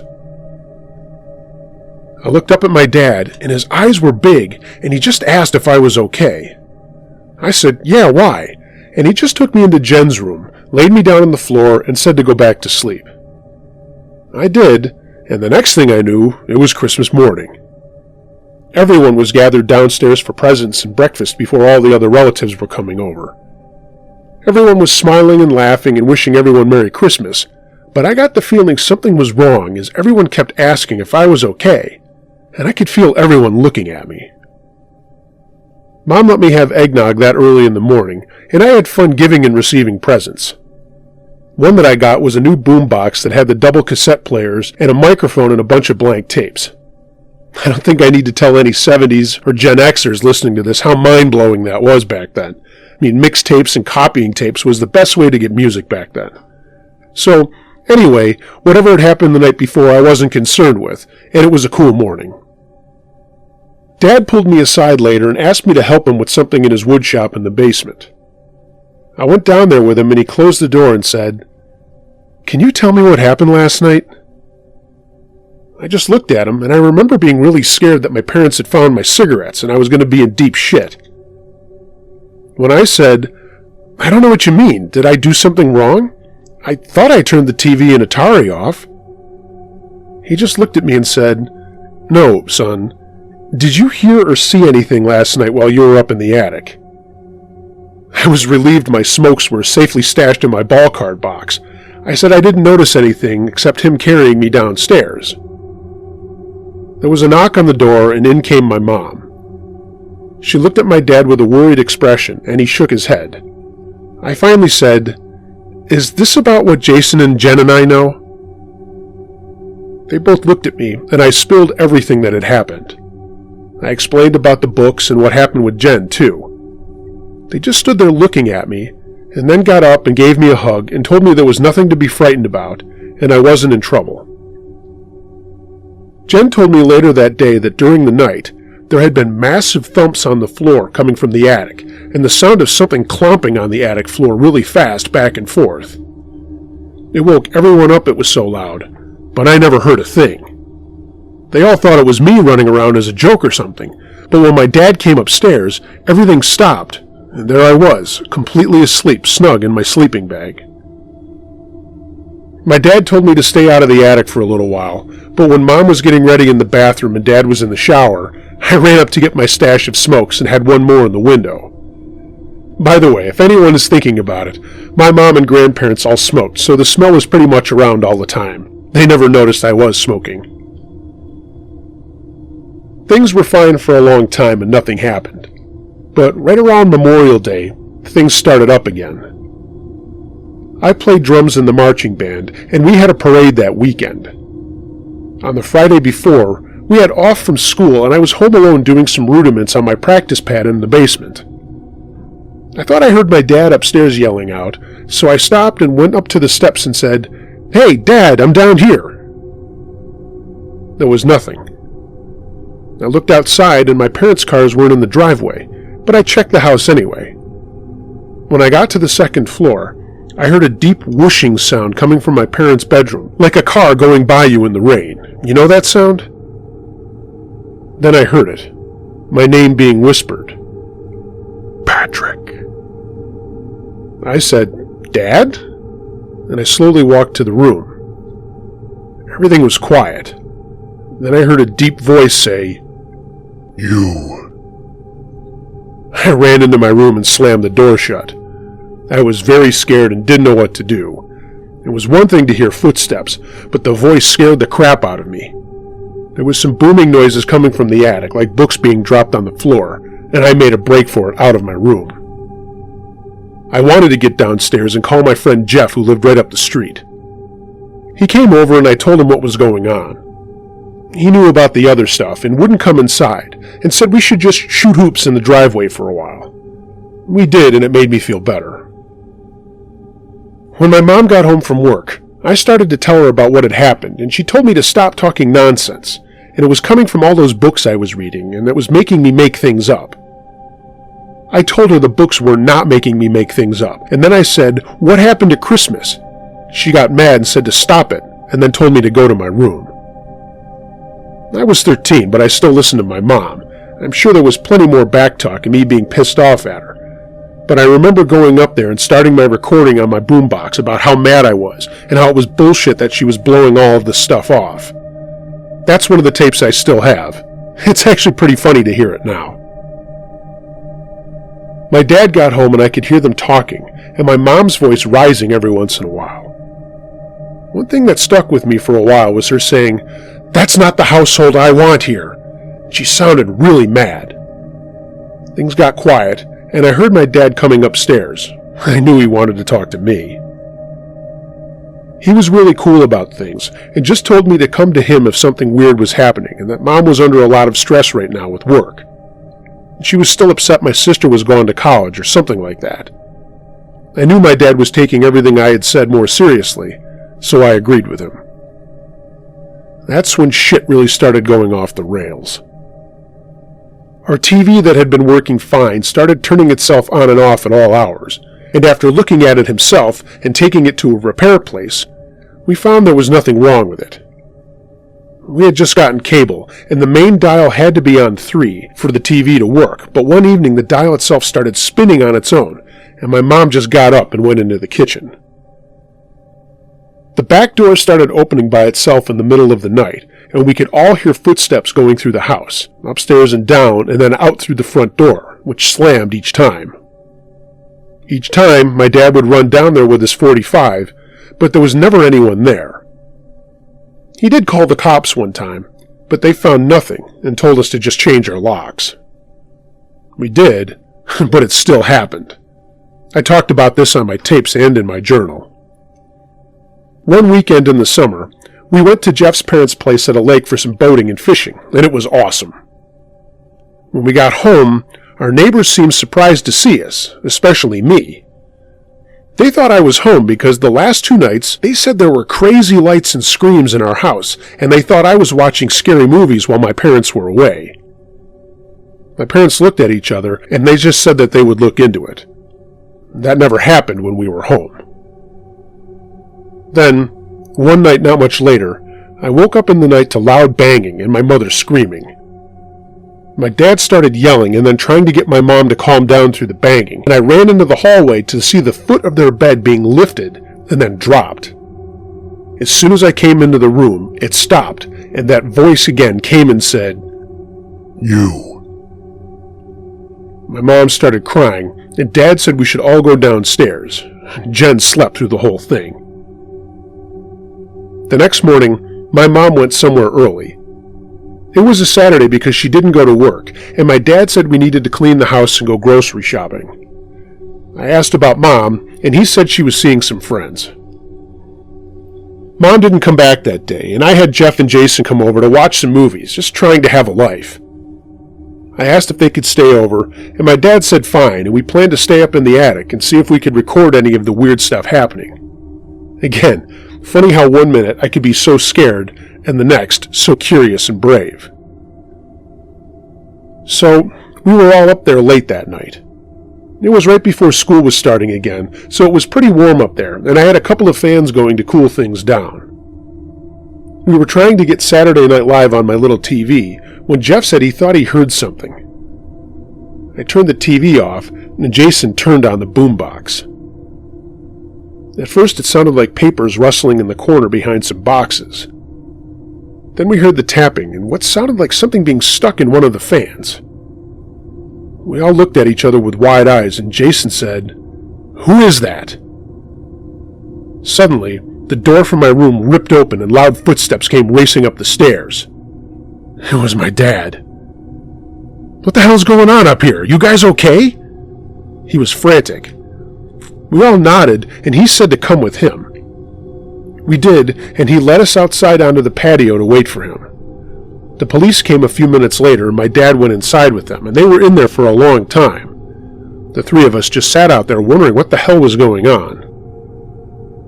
Finally, they all came out. The police left, and my dad said to come back inside. A few minutes later, Jeff and Jason's dad showed up, and they took them home despite our protests. My dad gave me the "kid, shut the F up" look, and I did. I didn't know what happened that night until much later, but while we were upstairs, something down on the first floor was having a field day. Dad had fallen asleep watching TV and woke up to all the dining room chairs sliding back and forth from under the table and all the lights flicking on and off. The TV dial was spinning out of control, and then our record player turned itself on. He took one look at all that stuff and then came upstairs to get us. He called the police when we were safe. No one was in the house. There was no explanation from the cops. When it was just me and him, he grabbed a beer and I asked him what was going on. He said he didn't know. I asked him where Mom was, and he sighed and said she was staying with my grandparents for a bit and that she wasn't feeling well. Actually, they had been fighting about a lot of things, this crazy stuff included. Sadly, this was the beginning of Mom's deterioration from mental illness that we never really knew she had. She'd been suffering since she was a kid, but had never been diagnosed. I guess Dad had wanted to get help from somewhere, the church, anywhere, but she was against it and wanted to pretend none of what was happening was real. Turns out, she saw and heard a lot of other things when we weren't around, but never said anything. That didn't help her state of mind.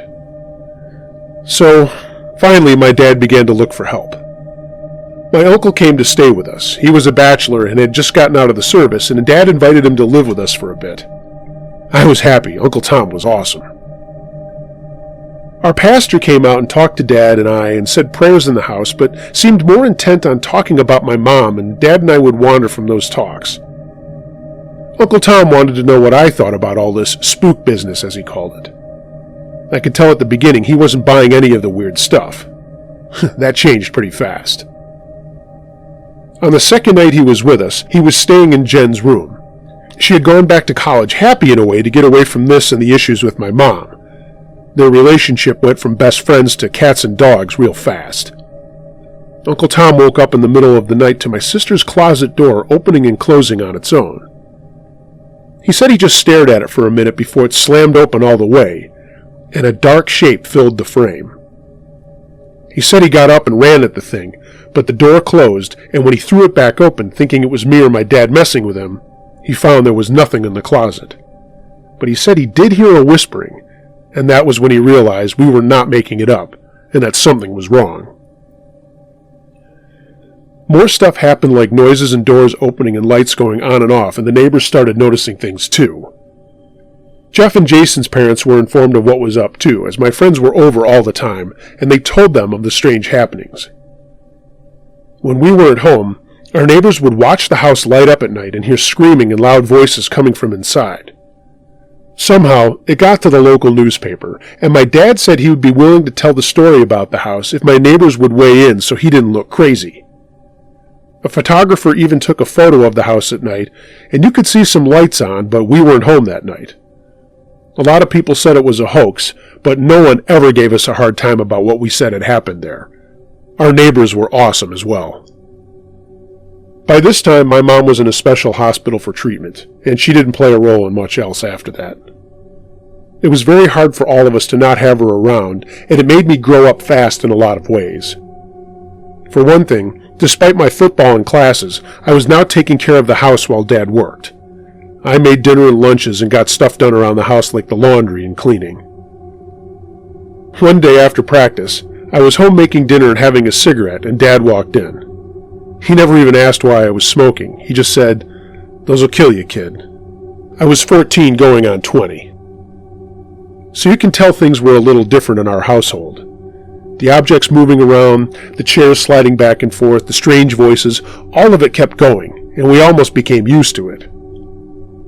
That's when I go back to the beginning of this story. It's when the fraudsters showed up. I'm not going to say who it was because I don't need any trouble, but I'm sure a lot of people would know who I'm talking about. At first, my dad was nice and invited them in, but pretty quickly he could tell something wasn't right. They walked around and would just say things like, "Yup, demon," and then keep walking. One of them went into a trance and started talking about the many spirits in the house. After a while, we all sat down at the dining room table, and they said we had like 4 presences in the house, 3 women and 1 evil man, or a demon. And he was the one causing all the bad things, while the women were just making themselves known. They said they could help us clean the house, but had some odd demands that I've now forgotten. But I do remember looking at my uncle, who couldn't stop smiling the entire time. My dad told him that he would think over their offer, that involved more publicity, more people in the house to document things, and things like that. When they left, Uncle Tom burst out laughing and said they were so full of shit their eyes were brown and their breath was bad. He didn't doubt there was something paranormal going on, but he pointed out that the people wanted a lot of their own recognition over finding out what was really going on. That night was a crazy one. It was towards the end of October, and it was getting cool at night. It was about 2 years since everything had started. I had a football game that my dad and uncle and new girlfriend went to, and afterward we went home and Chrissy and I were going to walk back into the village to a pizza place to hang out with our friends. When I brought her back to our house, there were people outside our house with all these lights flicking on and off in the windows, and these loud noises and yells coming from inside. I ran up the driveway to the front door and burst inside to my dad and uncle asleep in chairs watching TV. All the sounds and lights had stopped. They'd never noticed a thing. We couldn't explain it. I went back outside and told everybody that my father and uncle were watching a movie, but they were watching and Chrissy was freaked out, so I just walked her home. When I got back to the house, I was having a smoke and noticed the fraudsters had suddenly shown up and started talking to me about how they could help, but we would have to want to help ourselves. That's when the guy let it slip about making money along the way. I just said, "Hey, it's my dad's decision," and when I told them that, they left. They showed up again the next day, and this was after my dad had visited my mom and he was in a bad mood. They started harassing him as he got out of his car and tried to get into the house, and he finally told them to get the fuck off the property and not come back. My dad really didn't swear, so to hear him say that, I knew he meant it. He told them that he knew that they were liars and to get the hell out of there. Uncle Tom heard what was going on, came out and physically started to push them back onto the sidewalk. They went nuts and started saying all this stuff about how they were going to expose us and that they were going to sue us. Expose us for what, I thought. They were the ones wanting to exploit us. And sue us? For what? The once composed guy was now yelling and swearing and pointing at us, so we all just went inside. Halloween was when it all came to a head. Our house was really popular because people had heard about what was going on, and they came by for treats and also wanting to see if they could see something scary. I have to admit, everyone in our town was really cool about what happened, and no one ever gave us a hard time. There was nothing like the pitchfork and torch stuff you see in movies with people wanting other neighbors to leave. That night, after everyone had finally gone inside and stopped trick-or-treating, Chrissy and I decided to start watching a movie. I'll never forget, it was Invaders from Mars. We were eating popcorn on the couch, and she was nervous about being there, but I told her it would be okay if I was with her. My dad and Uncle Tom were downstairs with us, and that was the rule. No lights out and alone time with my girlfriend just yet. We were all laughing at how silly the 1950s movie was when I heard the footsteps up 2 stories and knew something was about to happen. I saw my dad looking up the stairs, and we heard a door creak open in the hallway. Footsteps came closer to us, and everything got really quiet. For the first time, I saw something I still can't explain. This black, grayish mist came down the stairs and into the living room in front of us. It just floated there. From the floor to the ceiling, we all saw it, and we all stared at it. Chrissy started crying, and I held her. Another mist, this one lighter, came from the dining room and stood there, and we could hear this whispering but not make out what was being said. Then the 2 mists sort of blended together and went out of the room. Uncle Tom jumped up and went after it and was gone for a minute. He came back in the room and wanted to talk to my dad. Chrissy was a wreck, and I was worked up too. I needed to get out of the house, so I took her home and stayed at her house for a while. Her parents were aware of our house and were concerned about their daughter being there at all, and I understood. When I went home, my dad and Uncle Tom were up talking, and I hung out with them asking what had happened. Uncle Tom said the shape had gone out in the backyard and disappeared under a crabapple tree. Nothing else happened that night or for the next 2 months. By now I was playing basketball and just out of the house a lot, just practicing or at the boys' club putting in overtime, anything to be out of the house. It was right before Christmas that the decision was made that my mom would not be coming home, and she needed to live in assisted living. This literally crushed me and my dad, and it was the beginning of a very, very hard time. Dad sold the house, we moved to a different neighborhood, and that was that. A nice family moved in our old house, and as far as I know, nothing ever happened, although they did take out the crabapple tree and found a bunch of women's jewelry buried there. It certainly wasn't ours. Mom died in 1991, the year I graduated high school. Dad and I don't talk about this very much, but once in a while we'll recount something and laugh a little. I guess there's that. I think he thought whatever was there did something to push my mom over the edge, and he had some pretty wild stories he came up with, including an unhappy female ghost that he says saw my mom was happy and was determined to ruin her life. I'm not so sure about that theory. All I know is, I saw and heard some pretty incredible things that others can corroborate. Ghosts, psychic energy, powers from beyond? I don't know. But here I am. It took me 4 nights to type this out. Thanks for reading it. Good night.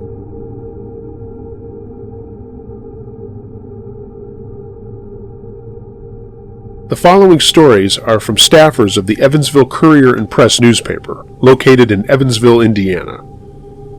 They originally appeared in the Courier and Press as a special in a Halloween edition in 2018. It Sounded Like a Child by reporter Mark Wilson. When I was in my mid-20s, I worked at a newspaper in upstate New York along the Pennsylvania border. This was exactly the kind of place that inspired Washington Irving to write The Legend of Sleepy Hollow, with its terrifying headless horseman, a Hessian soldier forever looking for the head he lost in the Revolutionary War. In fact, there were a few graves of real Hessian soldiers scattered among the ancient cemeteries there. The landscape was rugged hills and dark hollows, small railroad towns and secluded farms dotted winding river valleys. I arrived in early October and moved into a huge red brick carriage house that had been converted to a garage and apartments, tucked away behind a Victorian mansion on a maple-lined street. It was a young writer's dream. Until the creepiness began. The first time something happened, a young couple upstairs invited me to watch football on TV. A wind chime hanging in a corner came alive like it had been forcefully struck by an unseen hand. It was wintertime, and the windows were closed tight. I was startled, and so were my neighbors. Not long after that, the couple moved out. The upstairs apartment stayed empty the rest of my time there. Then the scratching began. Every evening, inside an interior wall. "It's just bats," said the handyman. He might have been more convincing if he hadn't been so creepy himself.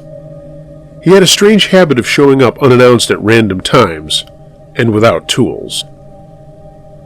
About the time I convinced myself he was right, the scratching stopped, and something even more maddening began. Sleigh bells began jingling. Wherever I was in the house, they jingled like they were with me in that room. I looked inside and outside, but I never found a source. I began hearing footsteps running over my bedroom at night, along with the sound of a ball bouncing on the floor above me. It sounded like a child, and I convinced the handyman to take me upstairs one afternoon to look around. All we found was a big empty space where a hayloft had been. Some people would have been gone already. Since I was a poor young reporter and really needed my security deposit back, I waited a few more months for my lease to end. Then, Like my neighbors, I left as fast as I could. The Girl by reporter Megan Erbacher. It was the early 2000s. I was in 7th or 8th grade, staying the night at a friend's house. The two of us were on a conference call chatting with some boys from class and making Easy Mac, typical tween girl stuff. I left the kitchen, rounded the corner to get something from her bedroom, and froze. Someone was staring right at me. Maybe through me. It was a young girl, but there were only 2 young girls in the house, me and my friend. Then she was in the kitchen stirring the mac and cheese. So let's back up. I had heard stories about my friend's house. Sometimes the wall of cabinets in her house would open and close. Sometimes they were left open, and the piano would play by itself. Maybe I dreamed that one, but I don't think so. Basically, I was already suspicious of paranormal activity in that place. So, I see this young girl about our age near that wall of cabinets. She was looking around the corner toward the kitchen where we were laughing and carrying on. Once I found my voice, which seemed to take years, I shrieked and ran back through the kitchen, startling my friend and the boys on the phone. I'm pretty sure no one believed me. We went back to look for her. She was gone. But I saw her, in cliché Hollywood fashion, with long dark hair wearing a long nightgown.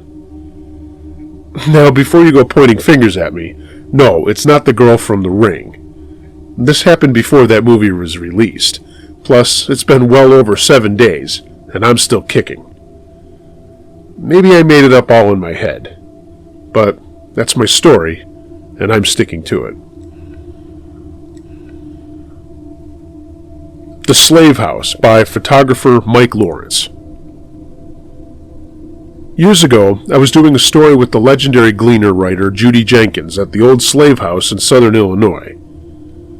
I remember it being a clear winter day when we visited the landmark, which was open to the public at the time.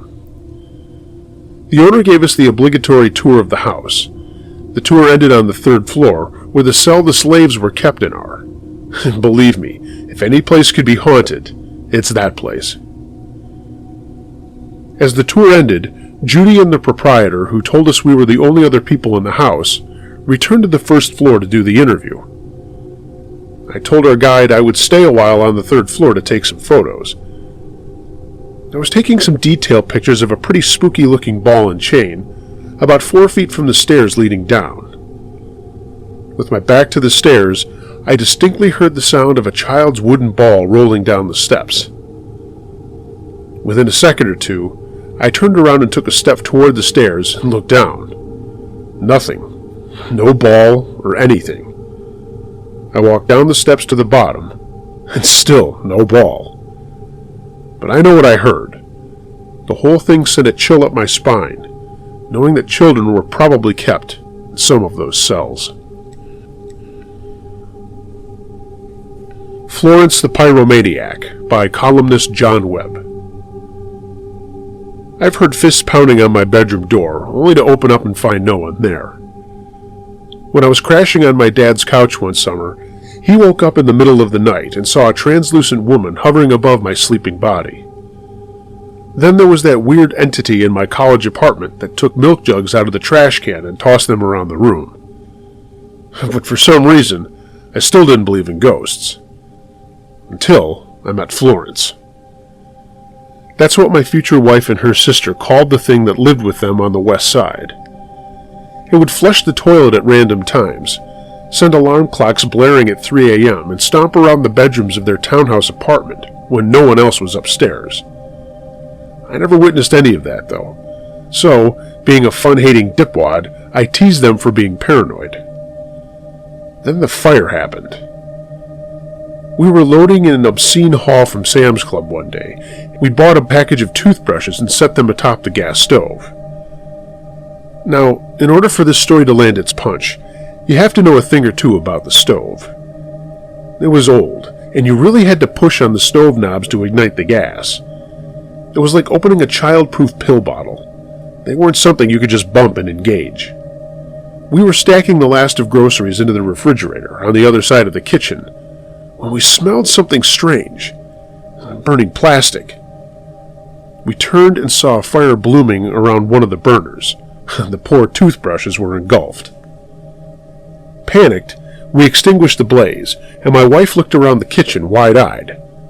"Not cool, Florence," she said. After that, a weird tension filled the kitchen. Later, one night I got up to get a glass of water, and when I walked downstairs, it felt like the kitchen was encased in a bubble of dread. Nausea riddled my stomach. "Whatever you do," my subconscious whimpered, "don't go in that kitchen." And I didn't. The Old House by photographer Detty Simmons. This story was told to me by the town gossip in a small Spencer County river town on the Ohio River. I hesitate to get too specific with places and names to protect the family in the story. I mean, it was an interesting tale, and not to mention hard to believe. I'm a bit of a skeptic. What can I say? I'm a journalist. The story was so compelling, I had to find the woman who had experienced the haunting. It took a few months to locate her in her new apartment, but I succeeded, and she was willing to recount her experience, and this is the story, as best as I can recollect. It must have been around 2001, a warmer than usual fall. A woman and her 2 young children, a boy 8 and girl 5, were close to being homeless after a marital split. Without the funds to travel to another state to live with family, the trio was stuck. They had a beater truck, but no money for gas, and when the mom had resigned herself to sleeping in the cab of the truck, an old friend came to the rescue and offered them a place to stay. It was a property the friend had just bought for a great price. It needed some fixing up.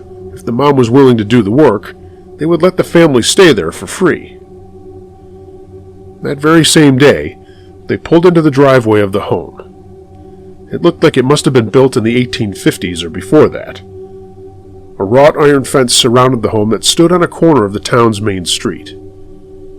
The grass, yellowed and dry, stood about knee-high, and one of the windows on the second floor was shattered. The back door was hanging on by one hinge. The family didn't care. They had a place to stay. They unloaded the truck and moved everything into the kitchen of the home. It was the only room with a fan, and the stagnant air was heavy.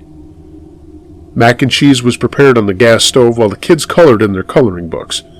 Mom rolled out the sleeping bags, but the kids didn't climb in. It was too hot. Instead, they just laid down on the bags and tried to sleep. Tried, but didn't succeed. That's when they heard the talking. Children's voices. The woman thought it must be neighbor children and went outside to check, her own 2 children clinging to her waist. It was already past 9 p.m. and dark, and no one was outside that she could see or hear. So back inside they went, and as the kids began to settle down, the giggling began. 3 or 4 children were clearly giggling, and it sounded like it was coming from upstairs. Armed with a flashlight and a rolling pin, the mom left her children, now clutching each other on the same sleeping bag. The home had polished wooden floors that creaked with each step, and the stairs rose up through the center of the house with heavy wooden banisters ending in opposite-facing curves. She called to the children to come out and stop trying to scare them, and the giggling grew louder, constant. She tried again to call them out, her voice booming in the big empty house. The giggling stopped. There was silence. A long, long silence. And then the whispering began. She couldn't make out what they were saying, but the voices were real. To her, anyway. And her kids could hear them, too. They hissed for her to come back between quiet sobs. They were too afraid to cry out loud. She was already halfway up the stairs when the whispering stopped, and the temperature began to drop. The air now felt chill as a late November night, and when the temperature fell, so did her courage. She spun around and ran down the stairs. Her children were already heading toward the door as she caught up to them. They climbed into their pickup and headed to the local convenience store and stayed the night in the parking lot under well-lit fluorescent lights. The next day when her friend went to check on her, the mom and the kids were still outside the store, and they recounted their story. The friend, while concerned, wasn't too surprised. It wasn't the first time children's voices were heard in the empty home, and it wouldn't be the last. The home still stands vacant 17 years later. The young family moved to a new town downriver, and the mom still talks about it. The boy and his sister refuse. I drive by there from time to time, keeping my eyes on the upstairs window, which is still broken to this day.